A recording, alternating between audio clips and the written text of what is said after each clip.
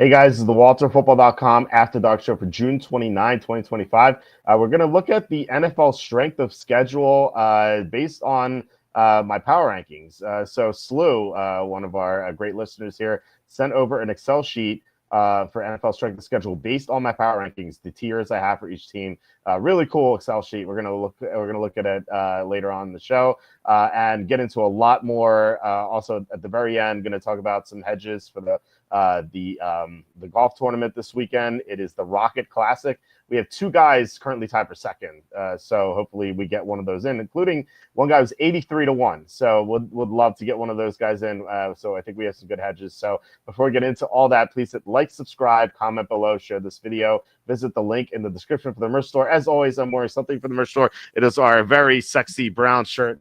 Here you can get that as well as everything else at the merch store. And you can be like, wait a second, where is this awesome brown shirt? I really need it, but I can't find it. Well, you can go to any shirt, you can change the colors, you can actually get something in hoodie, in long sleeve t-shirt. You can get something you can get something for toddlers. There's like onesies for toddlers.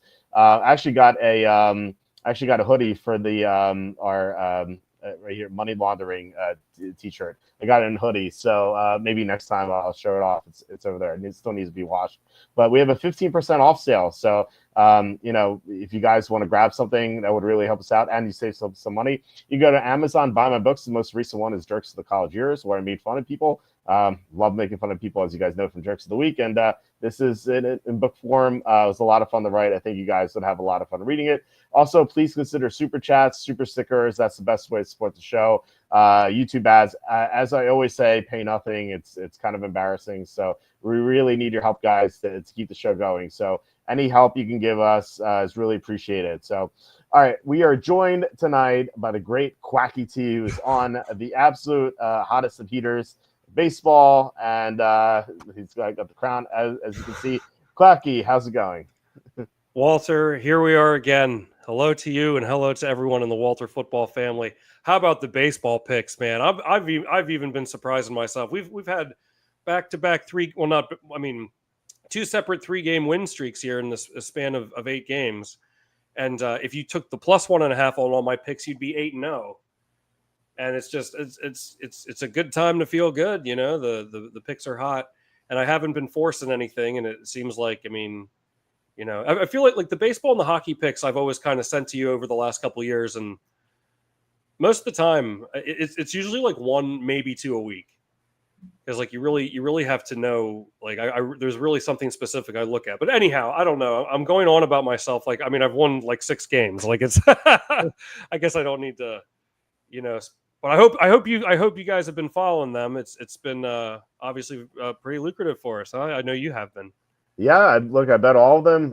You're hitting 75%, taking all underdogs, which it just seems like an absurd rate. But yeah, you're almost like that guy from the Twilight Zone who hit everything. But you have this too, so you're not that guy. Yeah. You're not in hell. So you can rest good. assured that this is reality. So if you were 8-0 right now, taking all underdogs, you might feel a little nervous, right? But you are. You know what's interesting too is I couldn't ever imagine. I couldn't really imagine ever betting a favorite in the NHL or Major League Baseball. Very rarely. I've never sent you like maybe a -110. I don't know what it is. It's like I was telling you in the green room.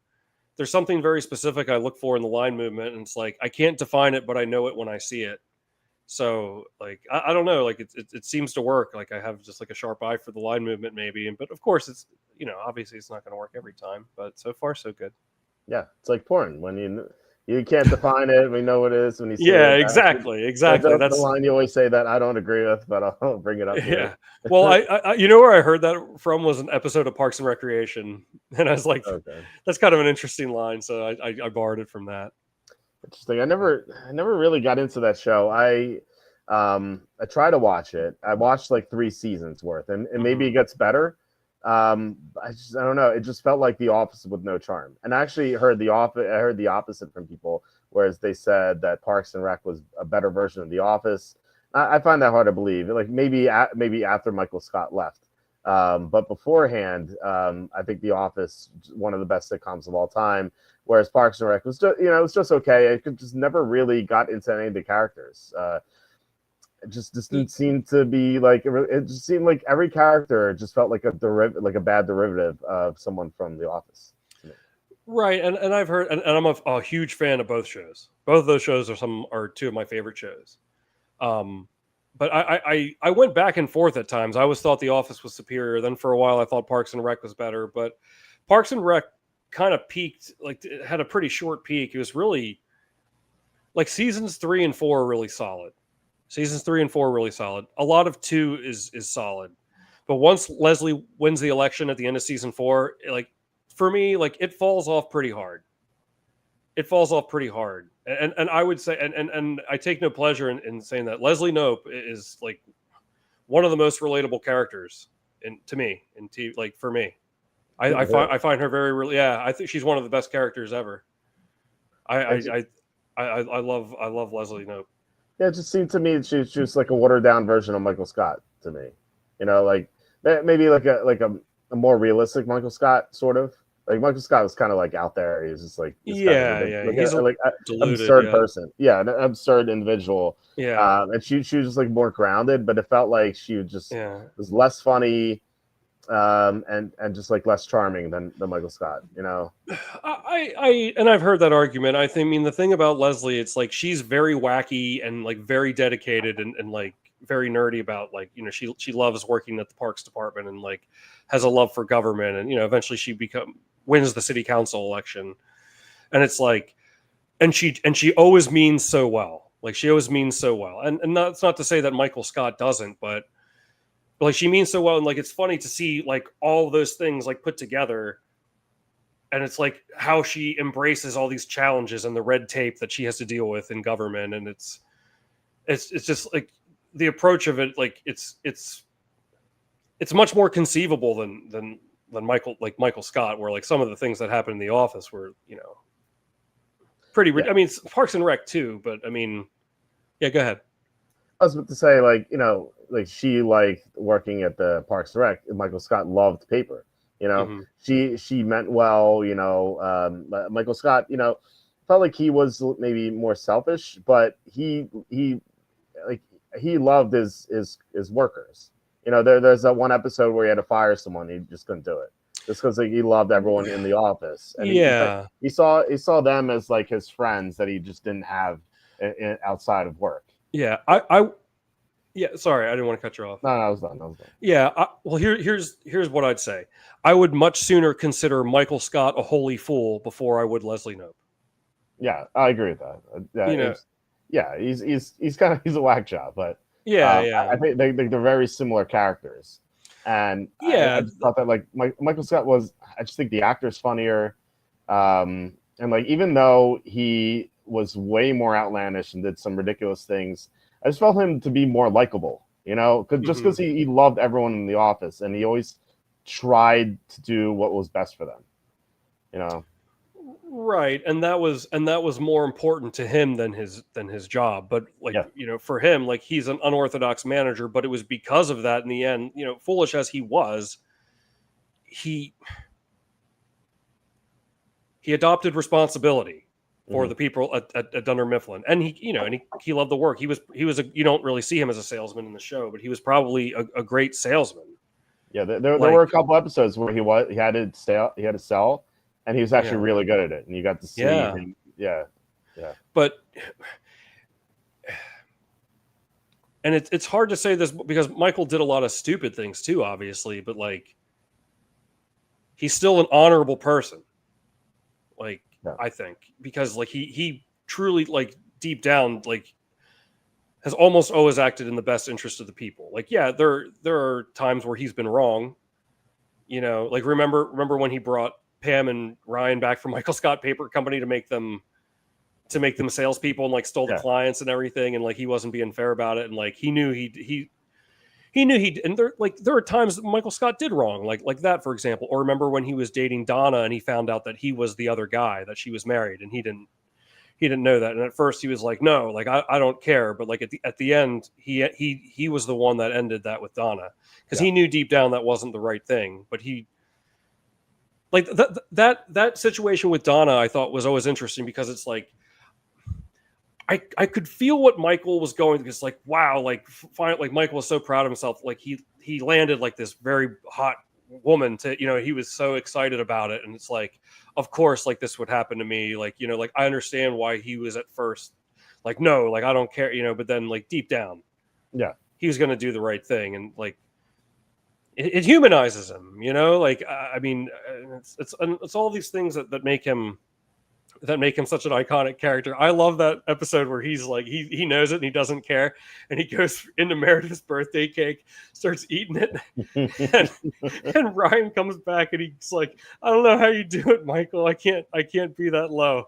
And Michael's like eating the cake. He goes, "You'll learn, baby. You'll learn." Like, I love it. Like he's been as if he's been doing it forever. That's such a great line. You'll learn, baby. You'll learn. Yeah, it was the show got so much worse when he left. Like he was such a powerful character that they tried to replace him with other characters, and it just did not work. Like they brought in like James Spader. They had Will Ferrell Will Ferrell, a few episodes. Kathy Bates was there. Although she was Kathy Bates was actually a bright spot. she and Michael Scott were great together. Like the time where like he invited himself to her house. Yeah, remember, I think it was the whistleblower episode when someone talked about the printers catching on fire. And he was like he didn't, here's another great example of Michael caring about the people. He didn't want the whistleblower to get in trouble. He's like, he's telling now I can't even think of her name. Was it Kathy Bates' character, Joe? He was telling her, he's like, I know these people. I know what kind of cake they like. I know what color streamers they like. And she goes, that's all just birthday information, Michael. I thought that's like such an underrated line. Kathy Bates is great. Yeah, she's the best. Yeah. Yeah, go ahead. No, like those episodes are great. But I'm just saying before that, like they try to replace him. What's his name? Andy. Andy became like the new Michael Scott. It just didn't work. It didn't work, right? And like that was such a powerful character that they just had to replace him, and they couldn't, and the show fell apart because he was gone. Yeah, the dynamic just it just didn't work for me. Well, and for many. And then like especially that final season when he was like off on the boat or whatever, and then he came back and did the American Idol. It's just like, oh God. That last season. I mean, pretty much almost all the episodes, except for there's one that's really good, and that's the Gettysburg episode. That's an episode without Michael. Yep. Yeah, that's good. I love when Gabe, like they think he's Abraham Lincoln. They're at the Getty, and they're like, "Hey, this kid's like it's Abraham Lincoln." And at first, Gabe's like, "Oh no," and then like only for a second he hesitates, and he goes right into it. He grabs the hat, and he's like, "Oh yes," and like the kids start gathered around to watch him. They think it's like part of the tour. That's so funny. Yeah, Gabe was a great addition late. Yeah, I thought he was an underrated character for sure. But then I love at the end they show Gabe's there still pretending to be Abraham Lincoln, and there's like a huge crowd, and he's like, even though I have ended the war and freed the slaves, I still find myself depressed. Maybe a trip to the theater will, liven my spirits. And the kids are like, no, that's such a good part. That's so funny. Yeah, that's a good episode without Michael. But I'll tell you what, I thought the Parks and Rec finale was good too. But it gets that last season. The dialogue is bad. It's pretty. In Parks and Rec, the last season was pretty bad. Once Leslie wins the election, there aren't a whole lot of good episodes, in my opinion. And I say that being a huge fan of the show. Interesting.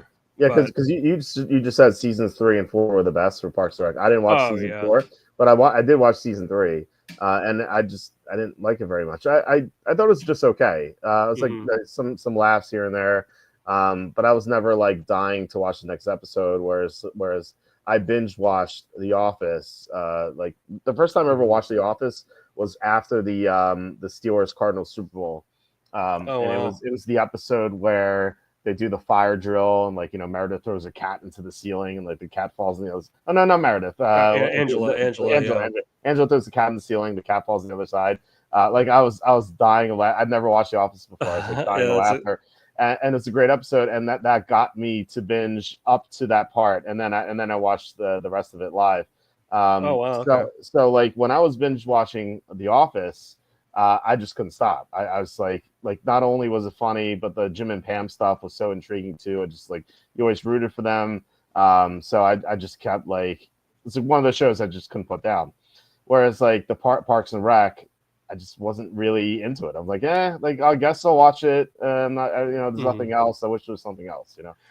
Yeah, no, and I have to tell you this. When I so I didn't start watching The Office until 2015. I never watched a single episode until um until long after it was off the air, off regular TV, and it had ended, and I was watching it on Netflix. But now I lost my train of thought. Shoot, what the hell were we just saying? You never watched The Office until 2015. I don't Oh, know. okay. Sorry, I remember now. So the first time I watched it through, sorry, with a body like this, you don't get the brains with it. So for the first time I watched it through, I thought the Jim and Pam story, that's a central part of the show, very central part of the show. And I was, I thought it was a great storyline. And then someone told me that they said that they hated that storyline. And then ever since they said that, I looked at it differently. I think Jim and Pam, like, they're necessary characters, but they're definitely like by far my least favorite characters. Really? Yeah. Jim, Like I don't the best. I love Jim. I can't stand Jim. Really? I can't stand him. I can only think of one thing he ever did that was funny. It just it felt like he was the audience in the show, because like he'd always like look at the camera, like Yeah, he's like this is weird, Yeah, and he's a good character, but I didn't think he was funny. Like, he's a necessary character. He's like the straight man, Yeah. and like he and Pam are always the voice of reason, and so is Oscar, and like that's kind of their shtick, and they're necessary. But like neither of them, like they rarely made me laugh. And then like later, I kind of got tired of the Jim and Pam storyline. So I mean, I still like it, but I mean, there's some really great. I don't know. I looked at it differently. There's a lot of anti-Pam people out there. I mean, later in the show where she almost like cheats on Jim, like that's when I don't know, maybe that's people didn't like her then. But I thought like in the Michael Scott episodes, I thought she was lovable. Like you always I don't know, I always rooted for Jim and Pam. I don't know. I that was one of my favorite parts of the show. And like again, like as with Michael Scott, that was so iconic that they tried to duplicate it repeatedly. First with Michael Scott, and then I can't remember the blonde woman, the older blonde woman that he eventually gets with. Holly. Holly, yeah. And then they tried it with Andy and the other receptionist, the Cole's Aaron, mom, yeah. Aaron, the Cole's mom now. They try to do it, try to like repeat it, like, and that's what it didn't work. Like they just because there was only one Jim and Pam. And by the way, who was the boyfriend of Pam's before, like when she Roy. It's funny, he played the exact same role in Big Fish, which as a movie I completely forgot about. I watched it in the theater a long time ago, and it was on the other night. I passed out on the couch, and I think it was on the same channel that the NBA Finals game was on, because I like woke up and the beginning of Big Fish was on. I don't know if you ever saw it, but okay. So basically, the synopsis of the story is that there's an old man who always told these like tall tales to his kid. The one of the main ones was when he was a kid, he saw a witch, and if you looked into her eye, you would see how he died. And he basically, and like he looks into her eyes, like, oh, that's how I go. And so like he knew how like he wasn't gonna die, so he always got into these like dangerous situations. Like for example, this is the very beginning, so not spoiling anything. Like he runs into like a burning building to save a dog, just because he knew he wasn't gonna die. Or he goes into like this like scary forest that no one goes into because he knew he wasn't gonna die. And so this guy tells this like later in life, he's an old man. He's like dying of cancer, and like he always tells his son these tall tales, and his son just doesn't believe them. And then like the whole time you're like, wait, are these true or not? I loved it. There's so many like great actors in it. Steve Buscemi's in it, for example. Oh wow. Yeah, I've heard of it. I just never saw it. yeah, it's a great movie. Okay. But the actor who played Roy is in it, and he plays the exact same role. He's the boyfriend of the girl who Oh, wow. gets dumped, and then she goes to marry the main character. I was laughing because like it's the same exact role. That's Yeah, funny. and he played it evenly. He like even like beat up the other guy. It's the same thing. Wow, that's awesome. I'll, Yeah, I'll I'll have to check that out. You know, it's one of good. my You'd like it. It was good. I'll have to check that out then. One of my favorite Roy lines is when Michael accidentally sends the warehouse the email of him massaging Jan at Sandals. And he walks down to the warehouse to like try to see if he can undo it, and they're like all clapping for him, and Roy's like, "Michael, you are the man!" Like the way he says it, "You are the man!" Like Yeah. so good, So funny. good. That was oh man. Yeah. Or how about remember when Michael he goes to that meeting when they first meet David Wallace, and he tells the other managers that Jan's his girlfriend when they weren't. Yeah, and then he's like, My favorite thing was like when he goes to New York. It's I guess the same episode. He goes to New York and is like this is my big city. I love this place. I even know where to get the best pizza. he points to Sparrow and he's like yeah, Sbarro, and like that's where you go to New York to get pizza. yeah. He's like, yeah, I'm gonna get me a New York slice. So good. Yeah. That's yeah. I haven't watched it in a while. I don't have any streaming services still. I'm going on a few weeks now.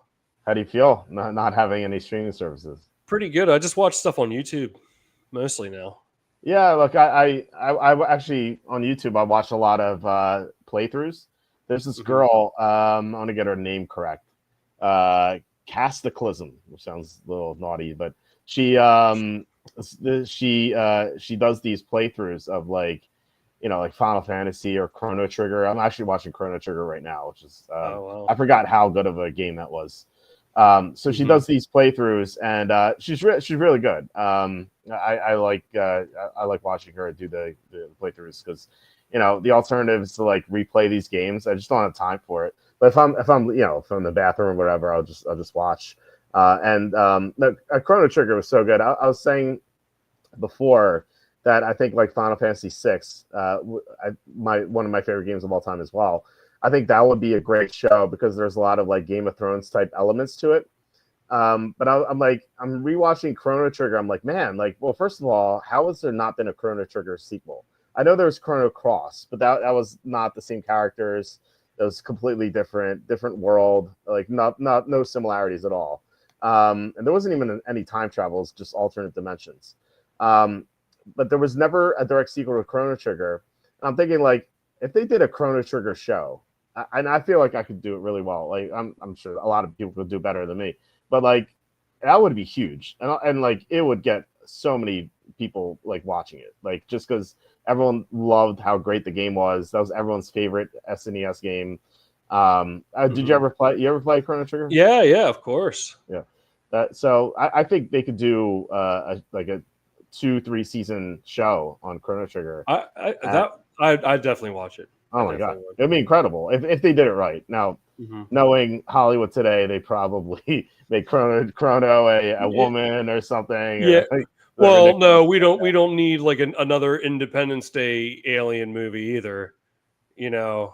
Or Independence Day Resurgence. Did you see the one that came out in 2016? You have to tell me about it because I didn't see it.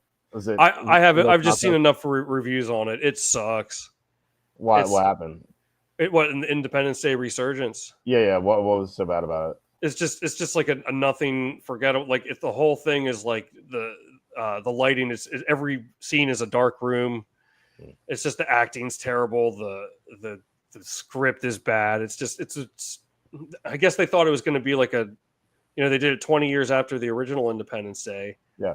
And they thought it was going to be a huge hit. It was not.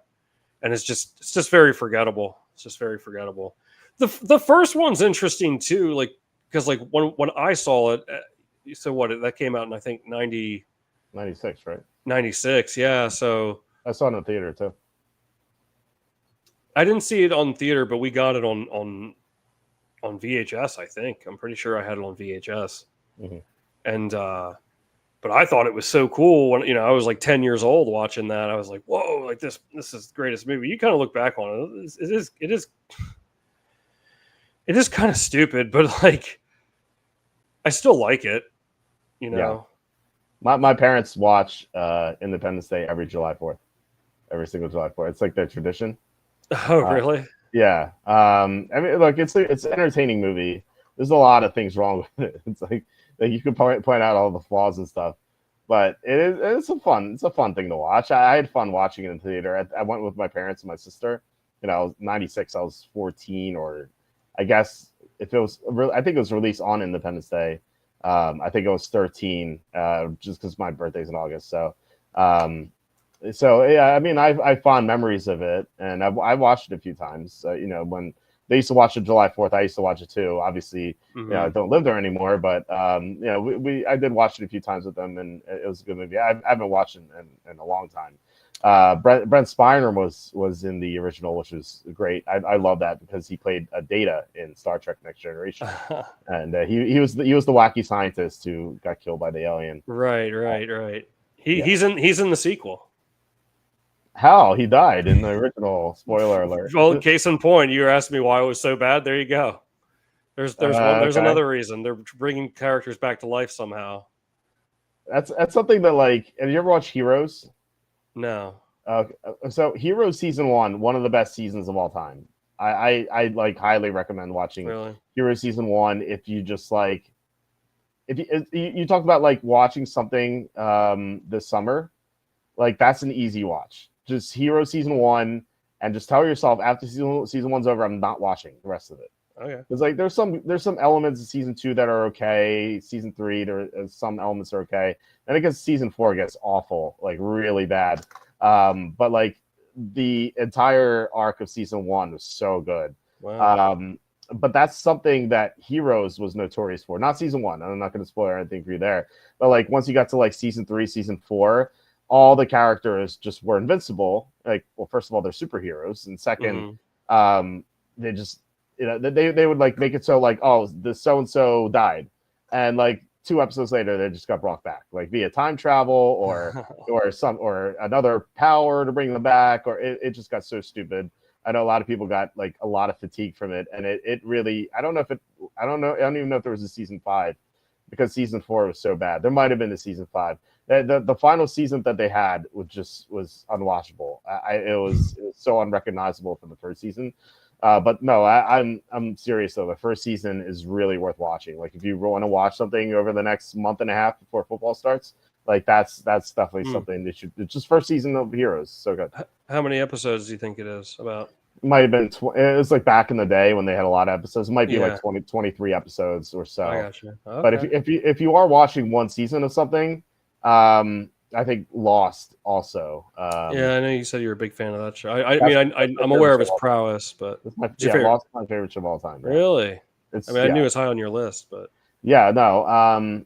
It was a show that I constantly thought about, and I think that's the difference of like binge watching versus watching live. Or it's like right now, if you binge watch something, you're not thinking about it when you're not watching it because you're just watching the next episode. Whereas Lost, it was just it was 1 hour.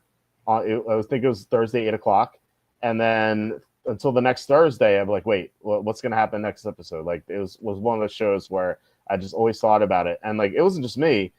I'm not gonna spoil again, not gonna spoil, but there is something I mentioned that like in the first season they find a hatch in the ground of this island, and they can't get it open no matter what they do. Nothing works. They just can't get it open. And like the end of season 1 through season 2, which is like the whole summer that you have to wait. People are like coming up with theories like what was in the hatch. And I remember driving home from Penn State with 3 friends. I was driving them home to Philly, That's dude. No, I'm serious here. Like the 3 hour drive. That's all we talked about. It's like what was in the hatch, uh, and like there's a lot of other mysteries. Like in the second episode, they find a polar bear on the island, and it's like, how's there a polar bear on this island? And so there's a lot of like, we're talking about that too. Like why was there a polar bear on the island? So there's just a lot of mysteries to that show. And I just like, I loved it. And I always like in Jerks of the Week, some weeks, some people complain about it. Like I wrote about some theories of lost theories. And like, I've never done that for any show outside of maybe Game of Thrones, but not even as much. Lost is incredible. So if you watch one thing, it should be Lost. I got Kenny into it, by the way. Okay. Kenny, who sat at your table at my wedding. And, does the Wednesday shows with me. He never watched Lost. I'm like, dude, Kenny, you have to watch Lost more than anything. And he watched it, and it's like one of his favorite shows of all time. It has the absolute best character development ever. Like there are just like, if you pick one character, like there's a handful of characters you can do this with.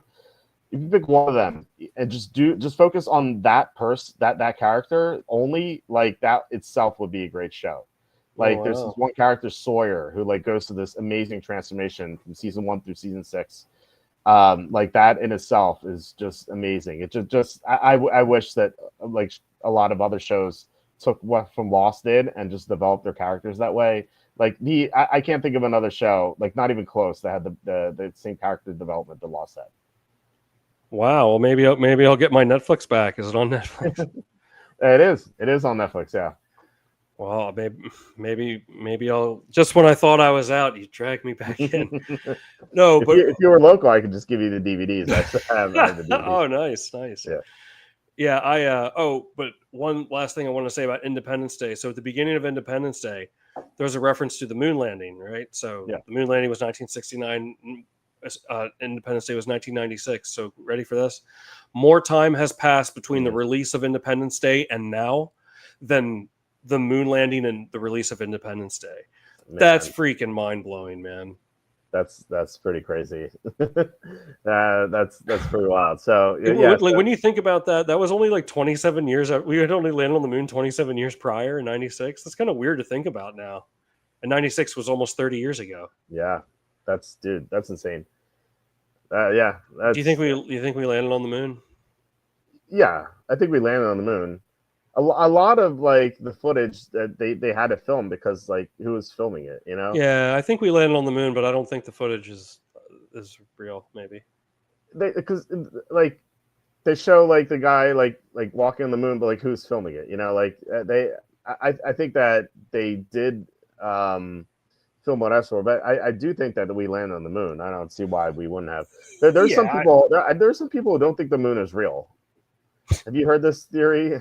It's like every time I hear it, I'm like, you're dumb. Like, yeah, no, I think we did too. But there's this. I kind of got interested in this because there's this documentary about The Shining. It's called Room 237. That's the name of the documentary, which of course is the room that they tell Danny not to go into. Mm-hmm. And so all these people, like I don't know, I can't even really remember who, but it's like there's several people narrating through it, talking about like their theories and like what the movie. And there's this theory that Stanley Kubrick, they made him direct like the moon landing, and like in The Shining, like Danny is wearing like this sweater and he stands up and it says Apollo 11 and it has a rocket like on the sweater, and there's all these other theories they go through it. It's pretty interesting. So it was interesting to think about, but like, I don't know, like a lot of things don't make sense with it, but I think we landed on the moon. Have you ever seen Blast from the Past? Yeah, with Brendan Fraser and Christopher Walken. Is basically written out of Hollywood. He used to be a good actor. I don't know. They just like, I think it's like political or something that they just like you can't act anymore. But no, Brendan Fraser is he was a good actor, and Blast from the Past is awesome. If you haven't seen it, it's one of my favorite movies of all time, and Christopher Walken is great in it. He like as the he's a little wacky, but he's also brilliant. Yeah. So if you haven't seen Blast from the Past, I don't know, I don't even want to give it away. it's one of my favorite movies of all time, and I think it still withstands the test of time. But that was made in like 1999, I think. Yeah, well, I mean, the premise is, this guy is like super paranoid that the nukes are going to blow everything up, so he builds this bunker, and then he gets fake news that the world blew up, and so the plane crashes in his backyard. okay, yeah, so Yeah, so yeah, he thought that so they were dropping bombs. right, In the right, Cold War. The Cold War. yeah, it's time of the Cold War is where everyone's low nuts, like like hide under your desk when the nuke alarm goes off, as if that's going to do anything. Yeah.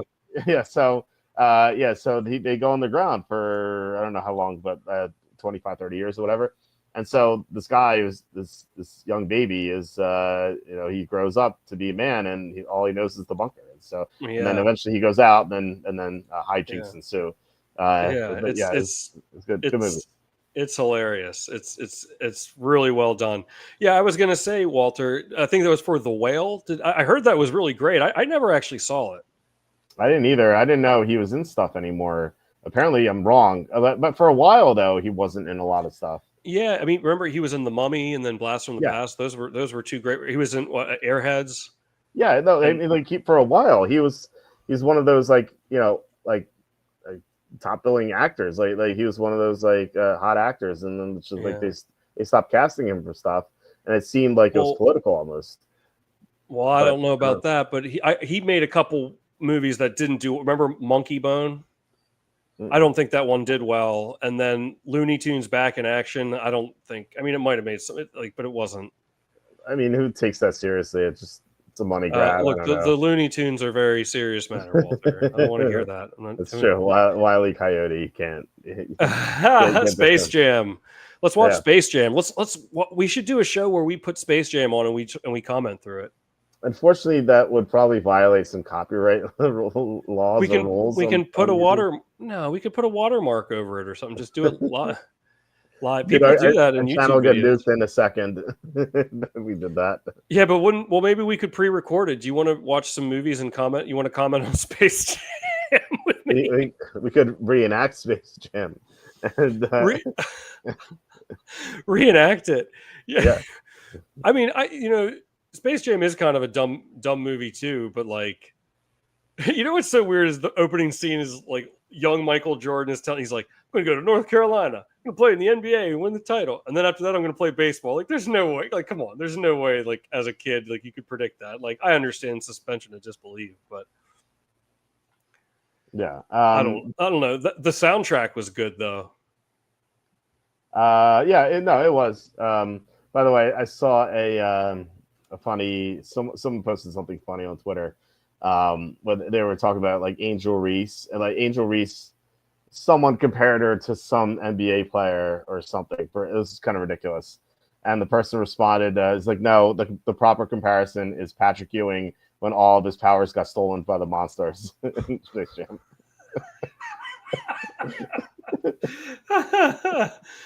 Oh man, that's good. That is good. The monster. Yeah, that was such an interesting like group of five. Barkley, Ewing, Larry Johnson, Muggsy Bogues, and Sean Bradley. I said Muggsy Bogues and Sean Bradley, of course. They're kind of like I tarnished my fandom, I guess. There's always a time or a loss or something that kind of like takes your childhood away from like a sports perspective. And I think you told me with this once. It was a Packers loss in the playoffs or something.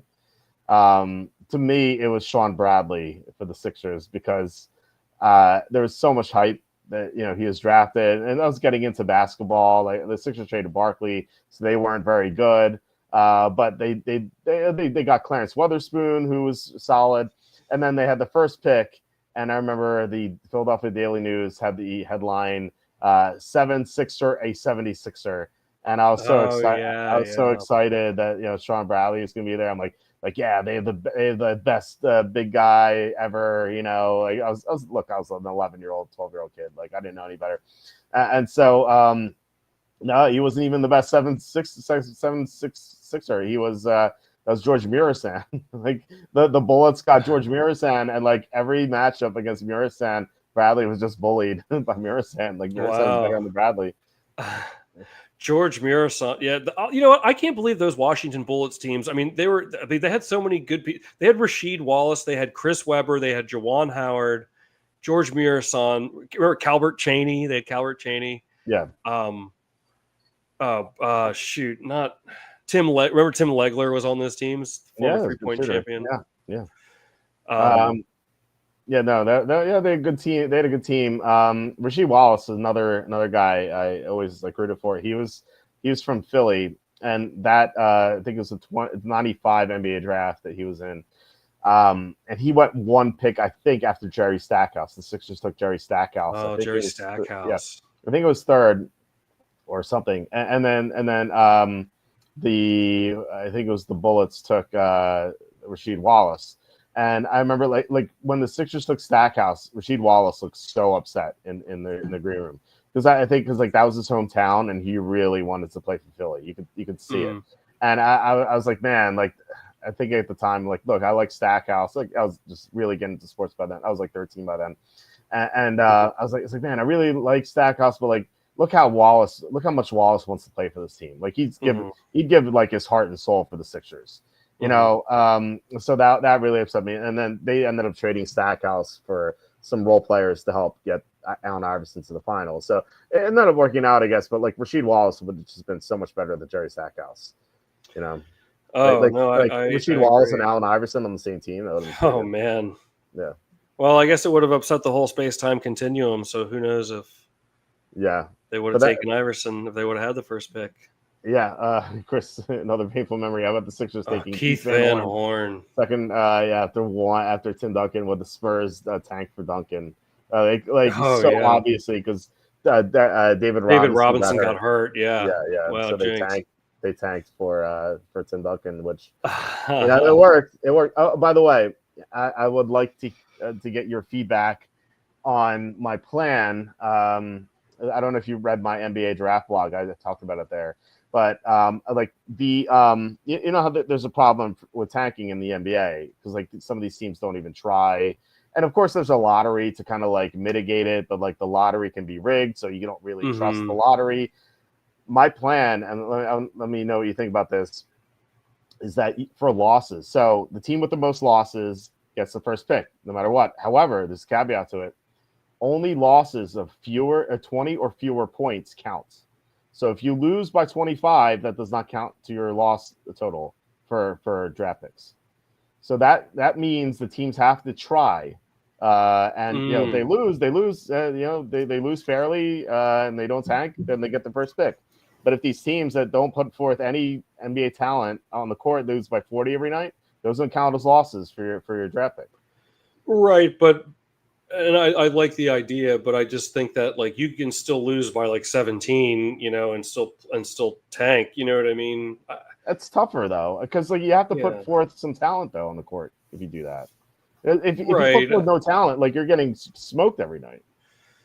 Yeah, but you might get smoked by 20, not 25. I mean, I think somewhere in there. I mean, I just don't know if 25 would be the 20. 20 is my threshold. Well, I mean, I don't know what the right answer would be, but I like what you're thinking of. I've heard of this. Maybe I saw it on like Twitter or something, or like a meme where they say the two NFL teams with the worst records should play one game, and the winner of that game gets the number one pick. The union would never go for it. they like just an extra game for what? And like the thing is, the players don't care either. Because like the pick is going to take someone's job. Can you imagine if there's one, like this year, for example, there's only one good quarterback in the draft, Cam Ward. Can you imagine like the top two teams are playing against each other, and the team, like you said, the team that wins gets the first pick, but the team that wins, their quarterback is going to lose his job. So like, why would he try hard? Too. Okay, how about we do this? Hang on, I'm just thinking on the fly here. Whoever has the most recent win. So like basically like you're still trying in week 18 because it's like, oh, like maybe you are both, 3 and 14, but like, oh, you won your last game. You're going to get the one the number 1 pick over the other team that's 3-14 if they lost because you weren't trying to tank. Yeah, I don't know. I'm straight off the cuff here. I think you could do that as a tiebreaker.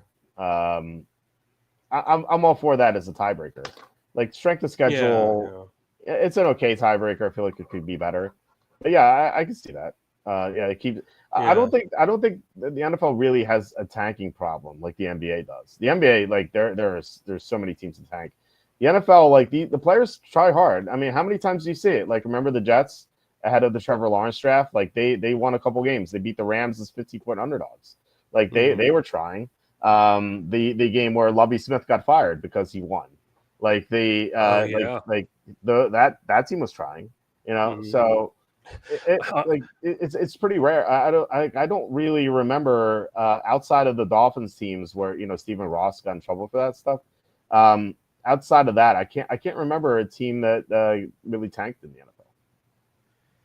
NFL. Well, I guess this would also present some variation, but it's like if you're that bad, you probably do need a quarterback. Yeah. Unless your quarterback was injured.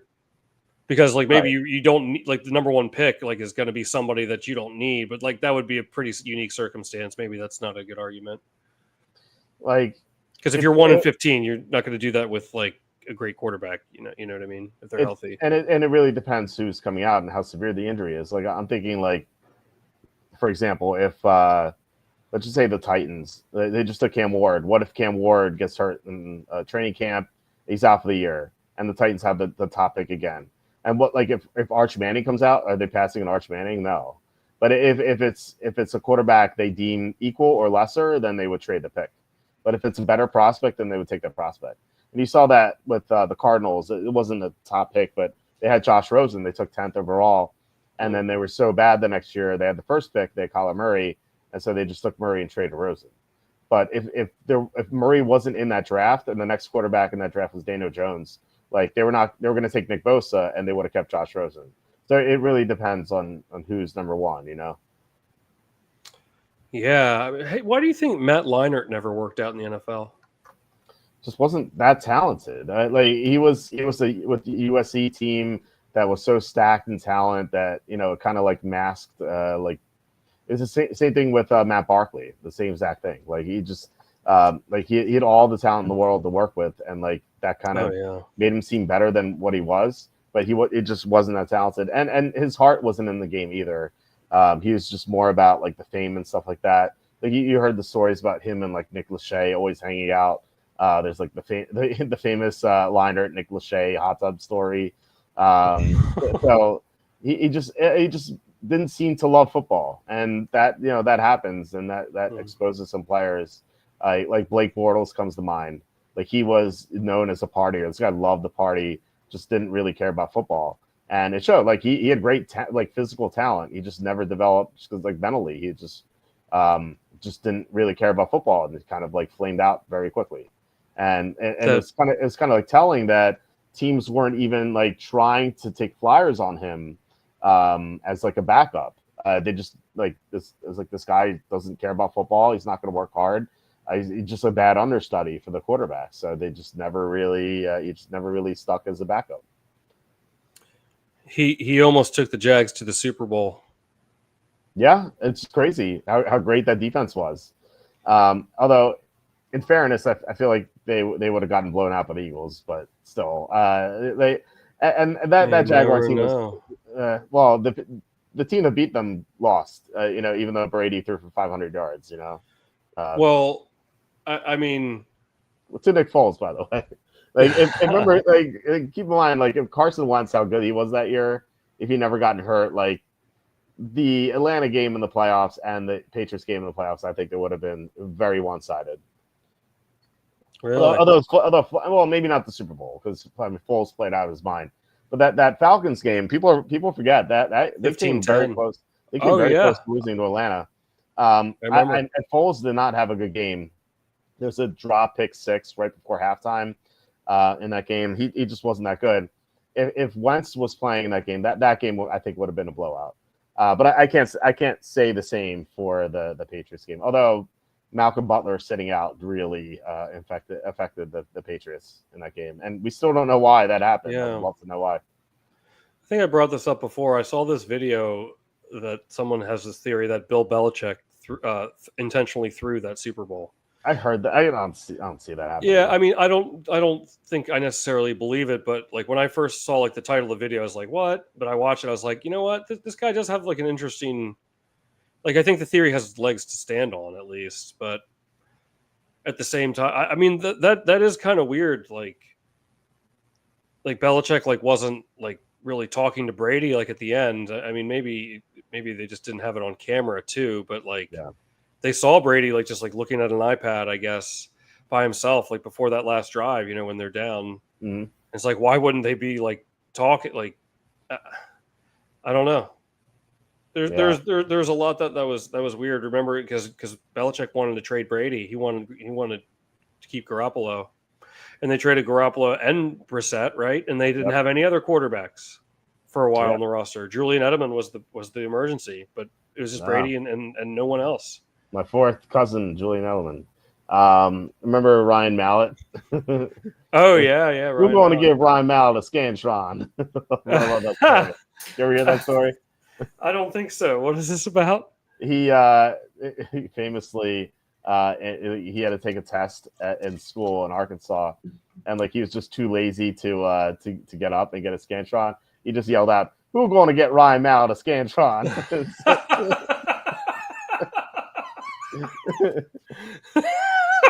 Dude, that's great. Yeah. I mean, he was on who did he play for? The Titans, right? I mean, he was drafted by the Patriots. I don't know. I can't remember who he played for after that. But I forgot he died a couple years ago too. He. Really?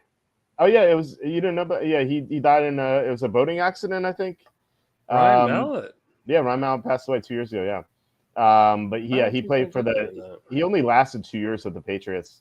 And then he played for Houston. I say played, like quote unquote, played for Houston for 2 years, and then 3 years for Baltimore, and then so he lasted in the NFL for 5 years. Wait, did he win a Super Bowl in the Patriots though? No. It was 2013 was his final year, and they won in 2014. Yeah. Okay. Yeah. So, I didn't know that about it. I thought maybe you were thinking about Colt Brennan or something. He passed away. Not too long ago. He was awesome on Hawaii. Remember?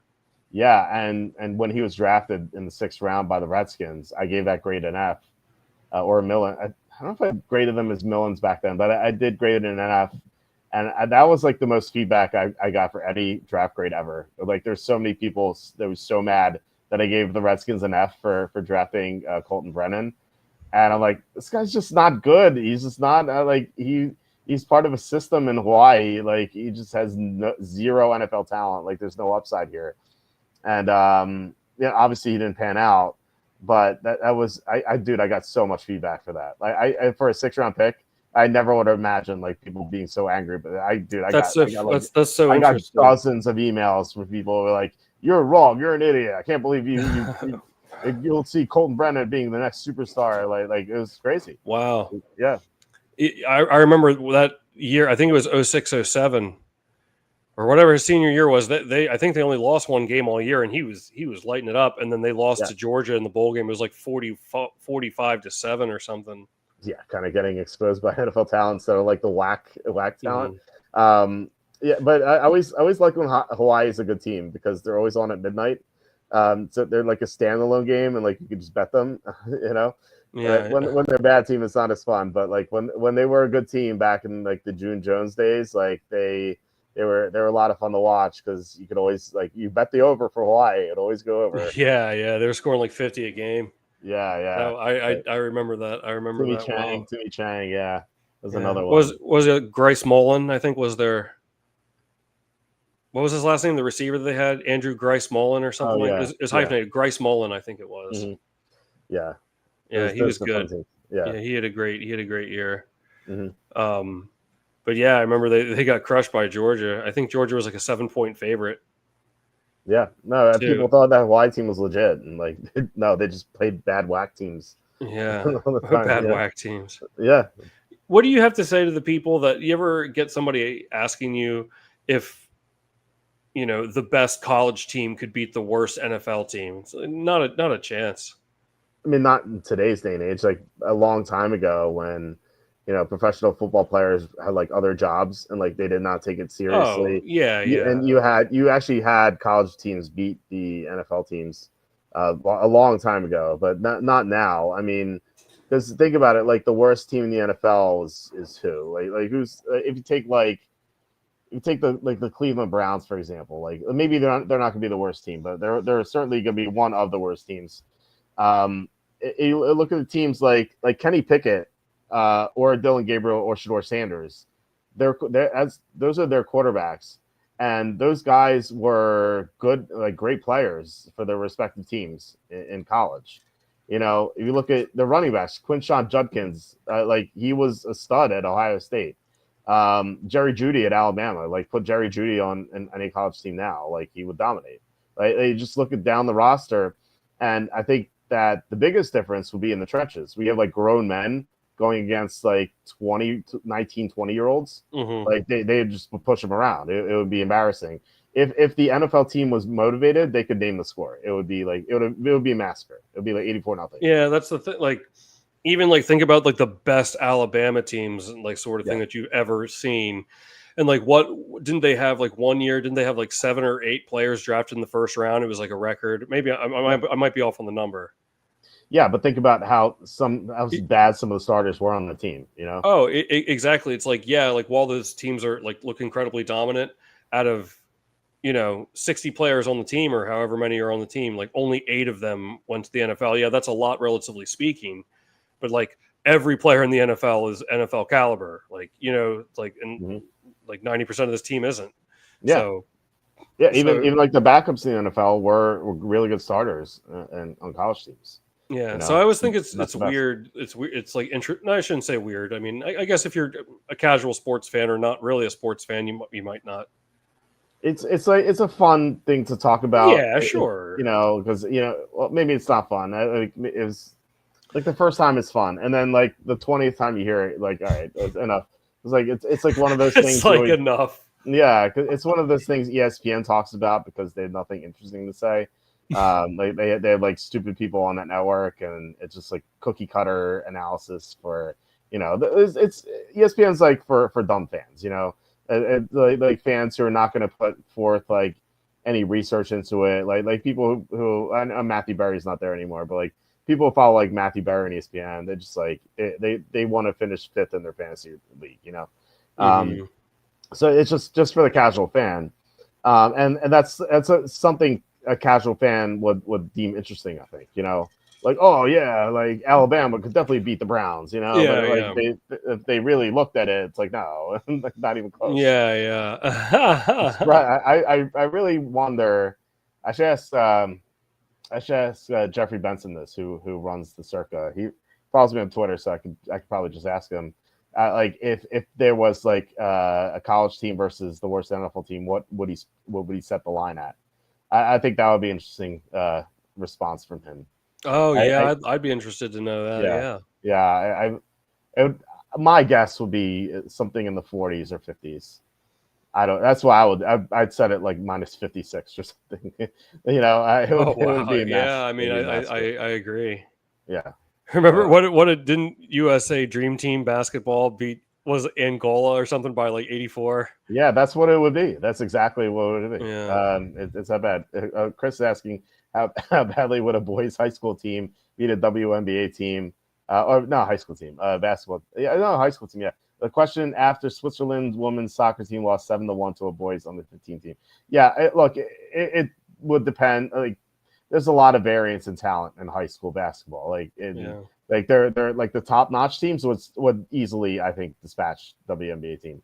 But if you're talking about like a run in the mill team from an average school, like they would be competitive. I don't know if they'd necessarily beat the WNBA players just because the WNBA players might be better coached and like they just have a lot more experience. I think it would be close. and certainly like the boys could win if because they could be like taller and just like out muscle the women.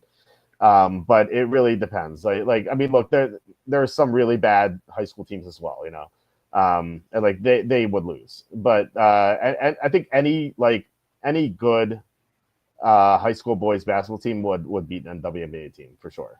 Like I don't really have any doubt about that. It's just so different.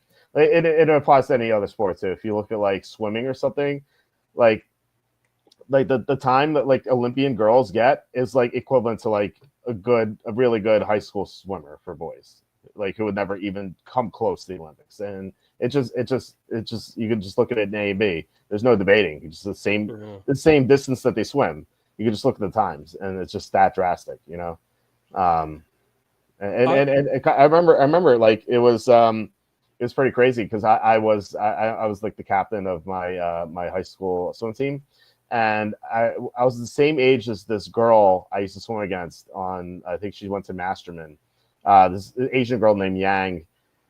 When I was a freshman, I lost to her. We're obviously both 14 and like women, girls mature faster than boys. She beat me by like a few lengths. When we were sophomores, she like out touched me, and then like junior year, I smoked her. It wasn't even close. And senior year, they just didn't even put her against me because there's way too much of a disparity, that's how quickly things change. So like, when you're talking about like 16-year-old boys, like when they mature, like they're just going to destroy these women, You're expert level swimmer too, though. Yeah, like if it wasn't for an injury, I could have maybe done something, but I hurt my chest very badly and I had to stop swimming for a year, and I just never got back to it. But I actually ended up working out well because during that year off, I worked on the site a lot. So like no regrets. Plus, I had a girl interest that kind of ruined swimming for me too. Because like when I was recovering, I met this girl at Penn State, and like I started hanging out with her, and she's like, "Don't you have swim practice to go to?" I'm like, no, I'd rather hang with you."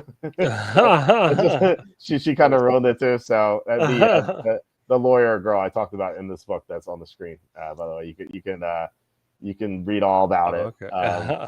So anyway, we have. I got one for you. Yeah, go ahead. How about Ohio State football team versus the New York Giants? And don't forget, Russell Wilson's the MVP of the league. Russell, the best player ever. Literally the best in the league. But yeah, seriously, yeah. No, obviously he'd be the Giants. It's like not even close. Tampa, wow, he's taking the Giants. I know. Yeah, definitely. Like think about like Will Howard. He was a 6th round pick. He's not going to be in the NFL. Like, too long. Tampa Bay 1978 versus Alabama 2016. See, I think that's different because back then the athletes were different. They didn't take themselves as seriously. And like again, like these NFL players, they had other professions, and so like they weren't fully dedicated to it. Whereas like right now, the players in college, they're just like so in tune with like training regimens and stuff like that. Like they're just optimized. So I don't think this would be a blowout. I still would go with Tampa just because like they have grown men versus like boys basically. But I think that's a discussion that's interesting. Not that we would ever know because you can't unless we have a time machine. You would never know, I guess you could say. Going back to Chrono Trigger, right? Yeah, I mean, who was on the 2016 Alabama team? Is that like TJ Yeldon in them? It's a good question. Let's see. So who was it? It was that was Derrick Henry, Sean Robinson, Kenyon Drake, Ryan Kelly, Jaron Reed. There's a lot of good players there. So Calvin Ridley, OJ Howard, Cam Robinson. So they like those are a lot of good players, and that Tampa team is one of the best quotes of all time. I'm sure you know. The coach is like, well, how do you feel about the execution of your team? I'm in favor of it. Yeah. Yeah. Well, let's see. I thought the 2012 Alabama team was great. Remember they had Eddie Lacy and Amari Cooper. Mm-hmm. Dude, Lacy was so good, man. Yeah, I loved him on Green Bay, and then he just kind of got out of shape. Remember when he rumbled for that 60-yard gain against the Cardinals in the playoffs? That was awesome. yeah, He was he was never in shape, right? Like he just couldn't control his weight. He played so well those first couple of years too. Mm-hmm.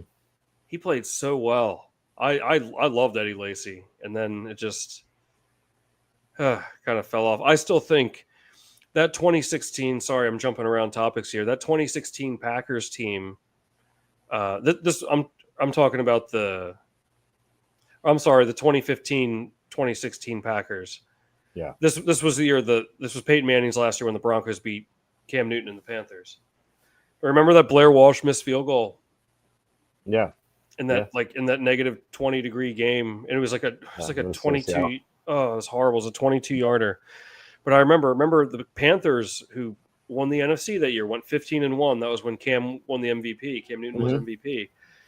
If Blair Walsh had made that easy field goal, Green Bay would have played Carolina instead, and it was a pretty. I remember Carolina they played Green Bay in the regular season, and Carolina was winning for a while, but then Green Bay started coming back, but they couldn't complete the comeback. And I just remember thinking, I hope we get another shot at them. I think next time we'll win. And I remember thinking, I was so glad when Blair Walsh was lining up for that field goal. I was like, good, we're going to get another shot at the Panthers. I think the Packers are going to win because they just beaten Washington. Yeah. And I was like, and then when he missed, I thought we got to go to Arizona instead. I wonder if the fate of that playoffs would have been different over that. I mean, yeah, it's easy to say, oh, the Panthers were so dominant they would have beat Green Bay easily, but the Cardinals just crushed Green Bay about 2 or 3 weeks prior. Yeah, and they matched up better against Green Bay. It was a weird year for the Packers. They started out 6-0 and then finished 10-6. That was the year that Rodgers threw that first Hail Mary in Detroit.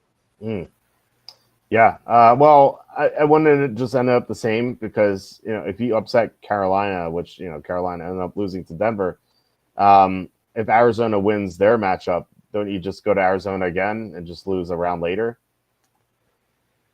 Well, I mean, wait, who would have played Seattle then, right? Or no, they would have played the Vikings. Yeah. I don't know. I mean, maybe the Vikings could have beaten them. I don't know. I mean, maybe anything could happen, I guess, right. And it's impossible to know. But I always think that.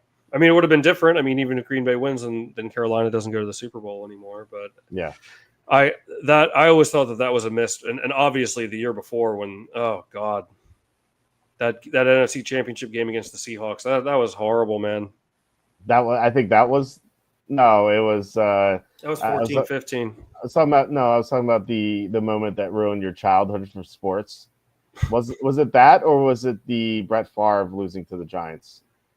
Oh no, when Green Bay lost to Seattle in that NFC Championship game on that botched. I mean, it was a whole team effort, but everyone wants to blame Bostic for that botching the onside. But it's not just him, It was just everything was just unraveling. It was horrible. I felt sick to my stomach, and after that one, I told myself I'm never going to get emotionally invested in this again. Like that was I remember you telling me on the phone that that one hurt. That's what I was referring to. That hurt for a week. Yeah.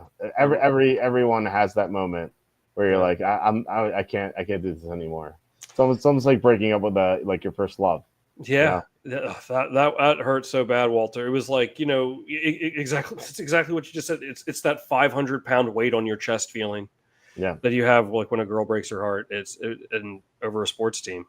Mm-hmm. And then I told myself that's the last time I'll do that. But I've told the story on the show before, but I'll tell it again. That 07-08 season, it's one of my favorite NFL seasons of my lifetime, if not my favorite of all time. And that was the year that for context to everyone listening, this is the year that the undefeated Patriots lost to the Giants. Mm-hmm. And this was Favre's last year in Green Bay, and I remember Favre never won in Dallas, and Dallas was the 1 seed. And when the Giants upset the Cowboys in the divisional round, and Green Bay was the 2 seed, they were hosting the NFC Championship game, and I was like, no way, this is because the Patriots were limping towards the finish line of that undefeated season, man. Yeah. They really were. And I thought Green Bay will be the team to knock them off, and Favre will retire, and everything's going to be good. And then, I mean, I was like, we're hosting the NFC Championship. I was like, against the Giants? Like, there's no way. And then I was sure Green Bay was going to win the Super Bowl that year. And then all of a sudden, it was Friday. It was two days before. And it just like occurred to me. It was like time stood still for a moment. And I remember thinking, I guess it's possible the Giants could beat us. And then as soon as I thought that, I knew. From that very point, I was like, we're not going to win this game, are we? It was all your fault. Yeah. Well, you brought him into existence. It was really horrible because remember, it's like, I mean, the Giants were giving the game away to them. Yeah. And Green Bay just could not cash it. Remember Favre threw that deep ball, was intercepted, but then the Giants fumbled it and Green Bay recovered. It was like a 60-yard gain. And I was like, oh my God. Like I remember thinking, I was like, we're going to win this game and we don't deserve it. We're going to win this game. And then I'll never forget Donald Driver. They won the coin toss. They won the coin toss in overtime. And I just remember him going like that, receive. And I was like, oh my God, like we're still going to win this game. Yeah. And Favre threw that interception to Corey Webster. Favre has some notorious interceptions, in playoff games. And remember Tynes lined up for that field goal. Remember he missed a couple in regulation, and the one he made in overtime was 1 yard longer than the one he missed. And I remember secretly thinking to myself, like, I knew I was wrong, but I was just like, just secretly hoping. It's like maybe they won't let him kick it. I knew as soon as he lined up, he's going to make it. Yeah, I cried. I teared up. I teared up after that because I knew that was it for Favre. And it's like, man, that's just like your childhood, And that one hurt. Yeah. Do you remember Tom Coughlin's face in that game? It looked like it was gonna fall off. It was like bright red. Oh, yeah. It was like so cold. You know what? One of my favorite memories was 3 years later when Green Bay won the Super Bowl that year with Rodgers. Remember the miracle in the Meadowlands too with Deshaun Jackson, of course, the infamous play, him running that touchdown back to complete the Eagles' comeback. But Matt Dodge was the punter for the Giants. And after he ran it back, you see Tom Coughlin running onto the field, screaming at Matt Dodge, and you can read his lips perfectly. He's going, "What did I tell you to do?"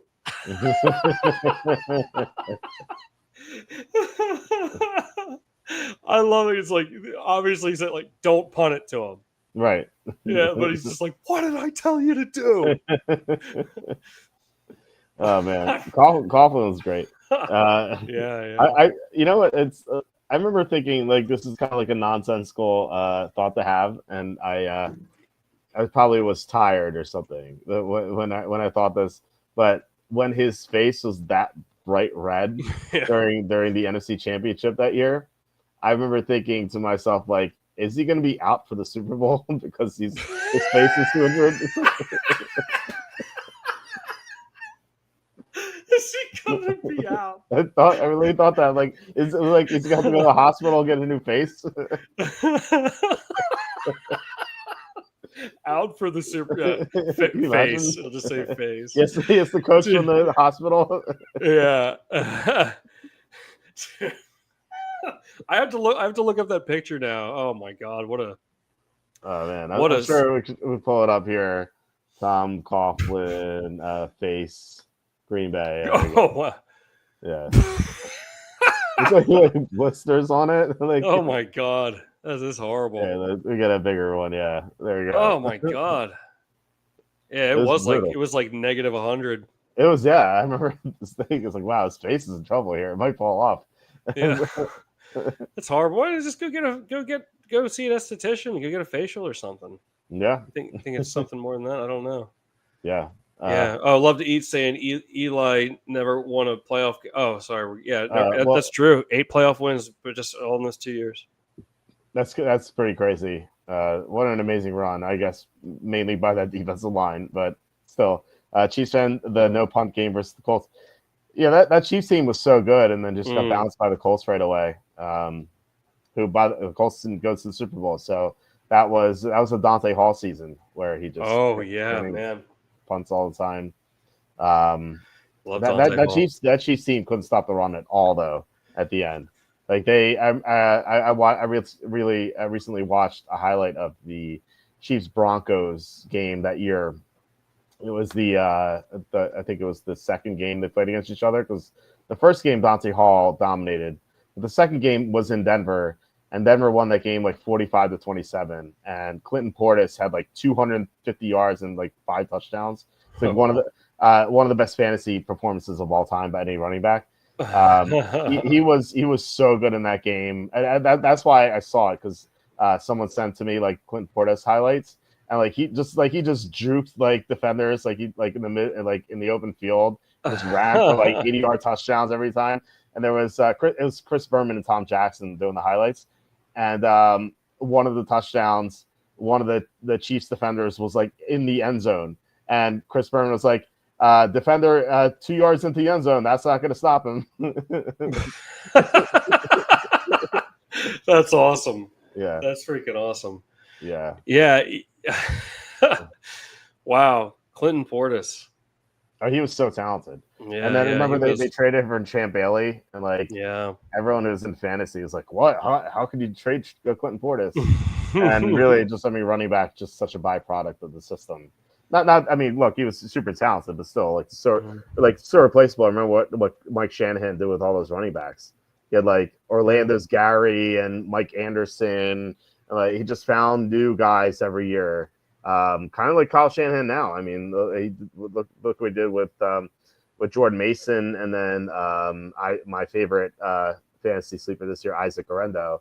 Like for some reason, the Shanahans just find these running backs, and Elijah Mitchell too. He's played well in relief. Priest Holmes, not a different team, but Priest Holmes is a monster in that offense. So those teams really just found running backs, and like the fact that the Broncos got Champ Bailey, that really set up that 1 year where they almost went to the Super Bowl, 5. But it was Jake Plummer kind of sabotaged. Yeah. I remember that against the Steelers. I knew once the Steelers beat the Colts that year, I knew they were going all the way. That was one of the most infamous for me, like personally. Me too. Well, no, I mean, because I don't know if you remember this. I used to have a column in the Center Daily Times called Walt's Wild World of Sports. I think I talked about this. I know this well, yeah. I wrote an article saying that there was no way the Steelers were going to beat the Colts. I argued because they were lucky that they beat the Bengals because they knocked out Carson Palmer. And so, of course, the Steelers beat the Colts. And I got so much hate mail for that. It was like every 15 minutes, someone was emailing me. It's like you shouldn't be a writer. You quit now, do something else, be a plumber or something. Someone wrote. Be a plumber. Someone wrote that to me. It was so crazy. Like I felt like such crap that day. Now, I was a young kid. I was 21 or something, or 22. Yeah. It's like my first foray really into like having my content read by the masses. Like I had this website, but it was small back then. And like the Center Daily Times, I don't know what the readership is, but it's the newspaper in the middle of Pennsylvania. So like a lot of people were reading my column, and so that like I got so much hate mail for that. Because I still get hate mail to this day. The difference is I like it now. I love responding to the people, and I love trolling them. But this is like the first time I ever got hate mail, like on a massive scale, like. On my website, I got it from time to time, like one person like, oh, you suck. Like it just random, like whatever. But like this is like no joke. Every 15 minutes, like new hate mail, like the whole day. And even like the next day I got a little bit, but like that the day after they obviously it was a Sunday, I think. So that Monday I got so much hate mail that day. It was crazy. Wow. So it was insane.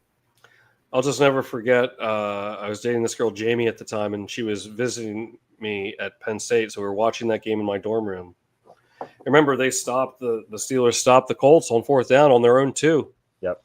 And I said, "Hey, what's up, Cassandra? Who are you fading tomorrow? I don't know if I'm gonna have a pick tomorrow, but we'll see. You'll be the first to know there.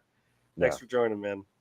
But I remember telling her, all they had to do was sit on it. They're 2 yards. They're on the 2. I remember I asked her. I said, "Would you try to run it in, or would you kneel it?" And my girlfriend was like, "I'd run it in." And I remember saying, "I'd just kneel it. I don't think they should do this. Like, I think they should just kneel it." Oh, sure enough, I can't think of who made the tackle on Jerome Bettis. I mean, he put his helmet right on the ball. Mm-hmm. I mean, that thing came flying out, and I just remember I was like, "No way am I seeing what I'm seeing right now." Yeah. There's no way this is happening. And then just the way Ben Roethlisberger, just the way he went left and like he kind of his momentum was carrying him. He just got that shoestring tackle, saved the game. Yeah. Yeah. And I thought for a brief second that would vindicate me, and I wouldn't look forward. No sooner had I said I would kneel it. Did they hand the ball to Bettis, and that happened? Yeah. Yeah. Then what's his name now? I can't miss that kick. Mike Vanderjagt, liquid up kicker. Yeah. Peyton Manning hated him. Yeah. He called him the liquored up kicker. This is always funny. or the idiot kicker or something like that kicker. Too. I think. Yeah. Called him. Yep. Yeah, that was. Yeah, what was the final? 21-18, I think was the final. Mm-hmm. Yeah. Yeah, that was. You think that Super Bowl is rigged? A lot of people say that there were some weird penalties. Yeah, back. Didn't Seattle got a touchdown called back, right? Because of penalty. They had a lot called back. That was crazy. That whole game. I remember being like very angry about it, and I don't even think I bet the game. I picked Seattle, but I guess the spread at least. But I didn't I don't think I had any action on the game, and I remember just being like very angry that the Seahawks were just getting screwed. Mm-hmm. Yeah, I don't know. I mean, I don't know if it's rigged necessarily, but if like the officials are Steeler fans, then they might call some calls favorably toward Pittsburgh, or if they have financial interests or someone's telling them to call that way. Like if you're going to rig a game, you're going to do it via the officials or the kickers. Like that, those are the guys who don't make a lot of money who can be influenced, and they have a lot of influence compared to what their salaries are. So I don't know. I mean, I would love to know for sure. It may not be a rig. Like maybe the officials just sucked, but there were just so many bad calls in that game. It was absurd, and Seattle deserved a chance to win, and they didn't. So yeah, and they did say too that like they knew it was Jerome Bettis' last year. He was from Detroit. The Super Bowl was in Detroit, and it was. I think I read somewhere or heard somewhere that like a lot of the Seattle players were saying it's like this seemed like the NFL was really promoting like the Steelers, like they really wanted them to win. Yeah, because it was like so cool for Jerome Bettis to come back and like end his career to win a Super Bowl in his hometown, sort of thing. And so yeah, I mean, I definitely think there's something to it. But I remember that being like a kind of a boring Super Bowl. I love Al Michaels, but he has one of my least favorite calls.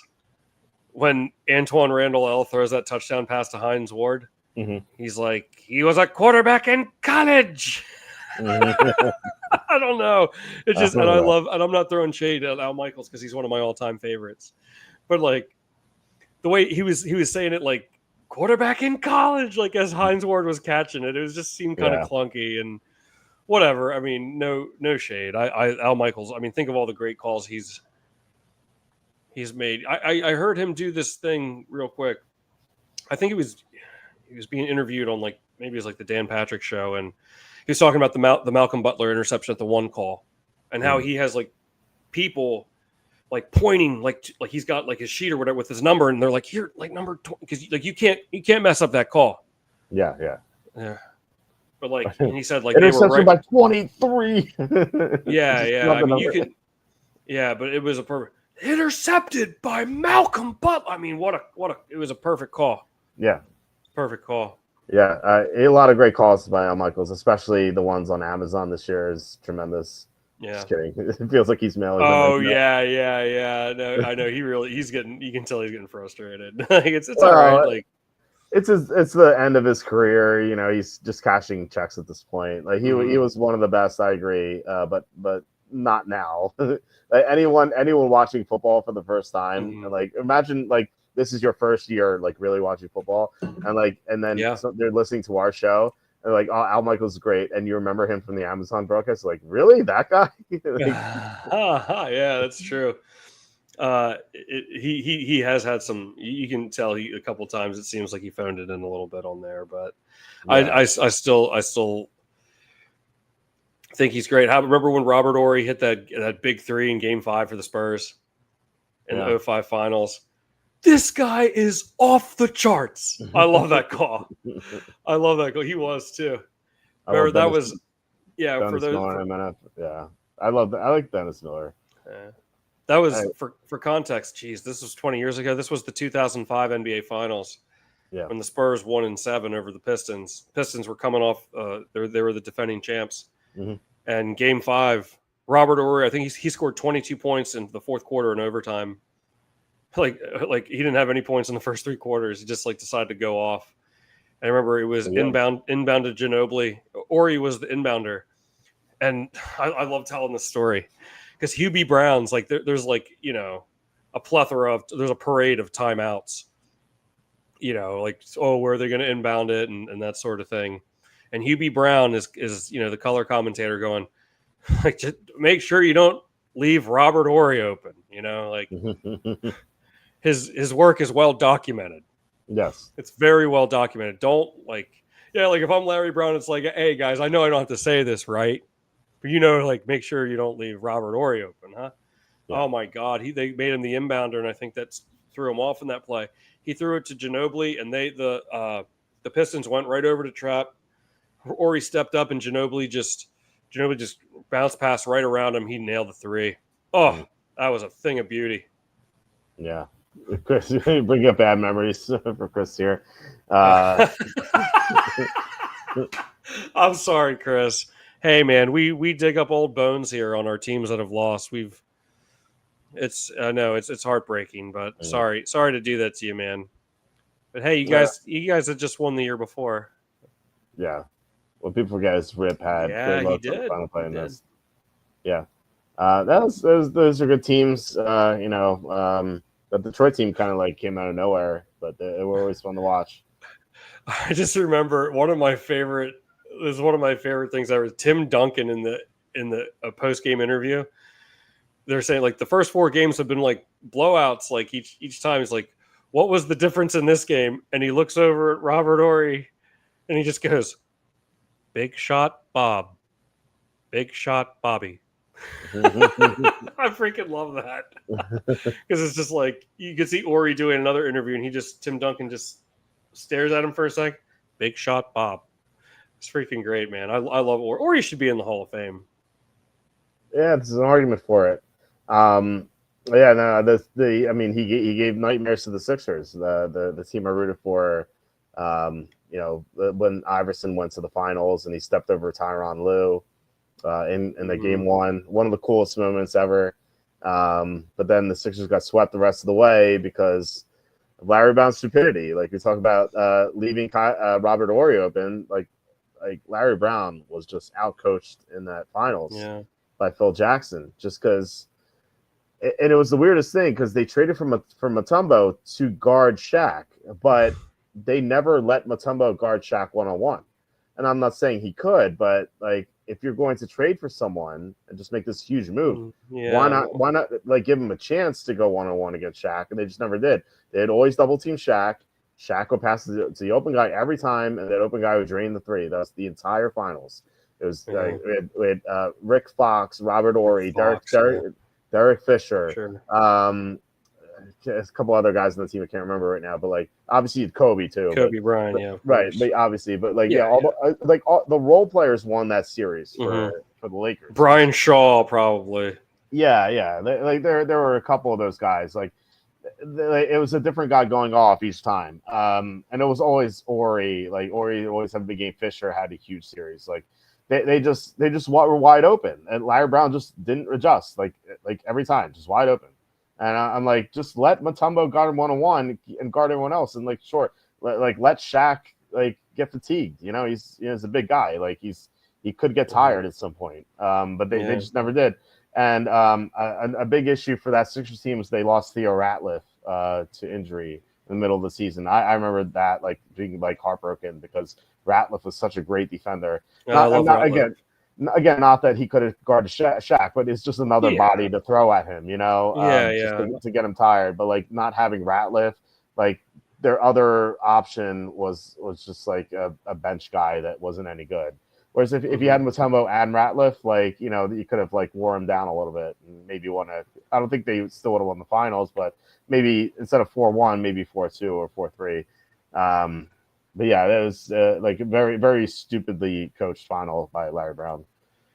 Yeah, I mean that was the only that for game one where Iverson stepped over Lou. That was the only game the Lakers lost in the entire playoff run. Yeah. That was the Sixers got them in overtime, and the Sixers almost beat them in game two. It was a very close game, and like the Lakers won, but that gave me hope that like okay, maybe the Sixers can take two in Philly and then win one in LA because that was back when they did 2-3-2. No, they got dismantled in Philly all three games. It wasn't even close. Yeah, I remember that. That was so. I'll never forget that game one though. That was awesome. Oh yeah, Iverson's one of my favorite players of all time. Yeah, my dad says pound for pound the best player of all time because think about how small he was. It's crazy what he would do at like such a small size. And it's a shame that he didn't prolong his career because he just never practiced hard. Of course, he always the press conference was like, practice. It's not about practice, like, but maybe you should practice a little bit, so like in your career, like work out a little bit in the gym or something, you know. One of my, I mean, to me, Jordan is the greatest of all time, but my other favorites are Iverson, Robert Horry too, is another, of course. Dennis Rodman and Tracy McGrady are probably, you know, they're some of my favorites. I'm not saying they're the best, but I mean, certainly some of them are in the conversation. Rodman, there's never, I mean, I don't think there was a player like Rodman before or since, you know. Yeah, he was unique. I like those Jazz teams in the 90s with Malone and Stockton. I have Malone and Stockton's rookie cards somewhere. I don't know where they are, but they're somewhere. Did you have a Greg Ostertag card? Probably. Just because I used to open up so many packs of cards. My dad and I used to go to the card shop. There used to be this great card shop right around the corner from our house. That's actually where I got into football handicapping. And I'll talk about that in a second. But like we used to go every Sunday and he used to buy a box of cards and then we'd open it when we got home.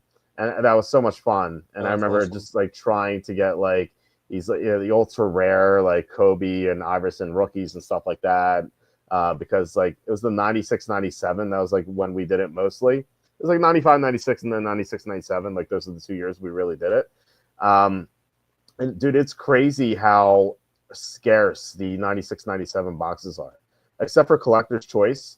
Like these boxes are so difficult to find. I wanted to buy one for my dad for his like birthday one year and like open it just for like old times sake. And you know, back then those boxes were like $100 or $150. Maybe the higher end stuff was a few hundred. But now you can't, first of all, you can't find it anywhere. I went to like multiple hobby shops. They're like, no, we don't have it. And so I looked online and like these things are going for thousands of dollars. Like the Topps Finest, which you probably, I don't know what they would originally, like $400 or $500 a box. It goes for like $7,000, $7,000. It's crazy. Wow. It's crazy, absolutely crazy. Except like I said, except for Collector's Choice, which is like the worst of the worst. It's like they printed that a lot, but every other set, like even the Fleer, the Fleer, which was definitely $100 a box, or maybe $120 or whatever. Now it's like $1,500, $2,000 a box. Like it's crazy. If you just held on to that, like we're not even talking about the old Jordan rookie stuff. This is stuff that was printed a lot, like comparatively.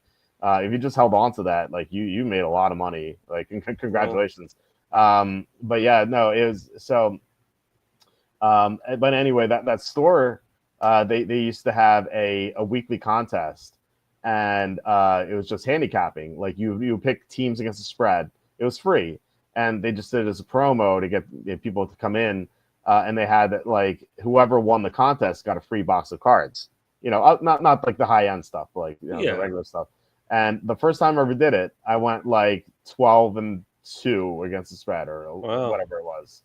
And I was like, I won a box of cards and I got hooked right away. And I was like, this is cool. I want to do this more often. So that's how the handicapping starts.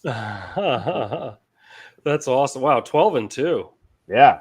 Something like that. Yeah. That's awesome. Maybe it was like 11-2. There were buys or something, but yeah, it was something in 2. And I won that week. And I remember getting the free box of cards and being all proud, like, oh, that's maybe awesome. I'm good at this. Yeah. So that's so cool, man. That's a great story. Yeah. I miss that. Unfortunately, that store is now defunct. They went out of business. They now sell like furniture there or something, or like light fixtures. I can't remember. Nice. You can start collecting furniture now. Just put it in the basement here. Yeah. Other junk. You're in there digging through the couch cushions. Like, are there any cards under here? Right. Yeah. I have to go through my old cards and sell some stuff, and so I can get more cash secured put money and stuff. So that's a topic for another time, maybe in 2 weeks or 3 weeks from now. Yeah. I guess we should get into the topic of the video. We're an hour 35. Chris ain't Chet Holmgren best pound for pound. Yeah. Well, that is a good question. What do they weigh? Do you want to take, before we get to that, do you want to take any guesses? Who weighs more, Allen Iverson or Chet Holmgren? Holmgren. All right. Well, what are your guesses for Chet Holmgren's weight? I don't know. Well, see, I don't know. I'm going to be. Well, let's look at Allen Iverson's weight first. I feel like he's got to be like 175. Allen Iverson. I don't know if you can find it. Doesn't say anywhere, but wait, hold on. 165. 165. There we go. I said 175. Okay. So about 165. What is Chet Holmgren's weight? What do you want to guess? Like, I mean, isn't he like? Are you serious? He's only 208. He's so close to Iverson. It's not. I mean, well, he's only 40 pounds more than Iverson. He only weighs 208 pounds. I mean, obviously he's like thin, but I mean, I just thought because he was so tall, like that. Usually that's a lot of. I would have guessed 220. That's 208. That's embarrassing. That's really embarrassing. He's like a stick figure. Wow. That's wow. Yeah. All right. Before we get to the schedule, Tom, do you have September 14th circled? September 14th. What is that? Steelers Packers? No, my friend. The battle. Here comes the hat again. It's the Battle of the Horses. Of course, I've got it circled. It might be the Y2K pick. What's going on there, Woody? There you go. Why is it circled? No. Why is the Y2K pick? Who do you like? Because of the Battle of the Horses. It might be the Y2K selection. I like the Colts. Things haven't been the same around these parts since Battle of Horses. They haven't been the same, but they're certainly getting better. Oh, no, sir. Oh, yeah. So it's Battle. Yeah. I don't remember when Green Bay plays Pittsburgh, but I'll be tuning into that, of course. Okay. Yeah, we'll see. I really need to. Geez, I mean, this season sneaking. I mean, in literally like a month and essentially a month is going to be the Hall of Fame game. We're almost there. Why is the preseason line in that game Colts plus 3.5? I mean, people don't think the Colts are good, and there's some hype with the Broncos. Not a lot, but there's some hype with the Broncos. So I don't know. I can see that being correct. Anyway, so this is, I have to say, this is Slew. Slew sent this to me, and he said I could share this. So basically what he did was he looked at the schedule for these teams and tallied up the strength of schedule points, whereas each point is derived from the rating I have for each team. So as you guys know, I have five groups that I group teams in from my power rankings. So Group A are the elite teams. Group B are good teams. Group C is mediocre. Group D are bad teams. Group F are the worst teams. So So Stu look at how I have each team graded in my power rankings, and then posted a strength of schedule based on like how many tiers, like how many like groups these teams are going against um, throughout the season. So as you can see here, the Lions have the toughest schedule. They have 47 strength points. They are a B team because they lost two offensive linemen plus Ben Johnson plus their defensive coordinator. A lot to overcome, I think. So I could see them declining this year. And I mean, look, anyone who's a Detroit fan who wants to be angry with me, like Jacob Kamaker and I, and you too, Tom. I mean, you were in this as well. We were like the first people to be on the Lions bandwagon. Mm-hmm.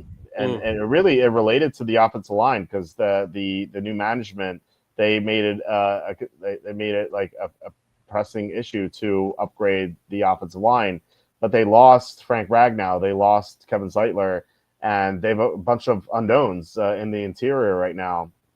And maybe Tate Ratledge would be good, but we just don't know. Plus, the two coordinators being gone is a huge deal.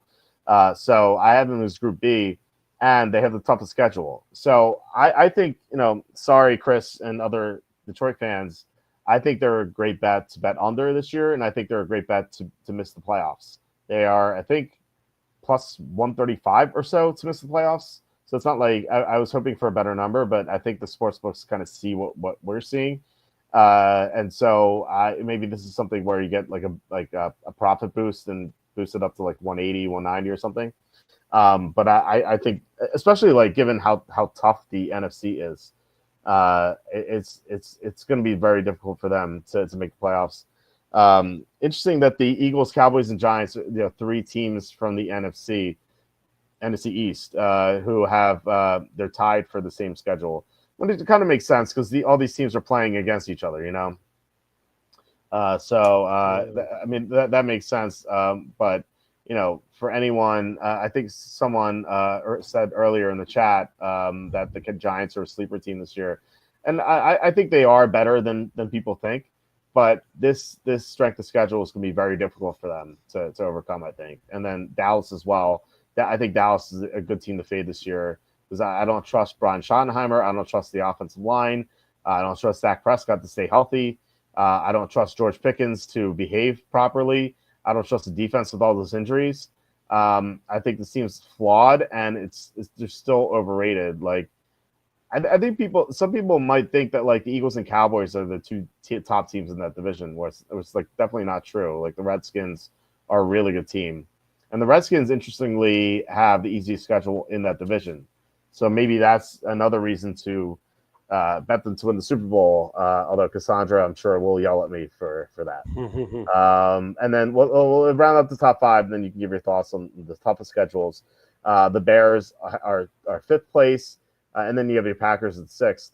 The Bears, so the Bears, a lot of people they're getting a lot of hype as well. It feels like the past 2 years they've been the hype team, and people think Caleb Williams can take the next step. They have Ben Johnson, better offensive line.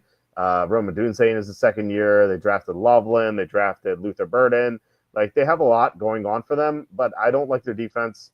I don't trust Caleb Williams, and I don't really trust this Bears team overall. We'll see what Ben Johnson brings. I brought up before that one of my friends, he bet the Bears to win the Super Bowl, and I asked why, and he said they have a generational.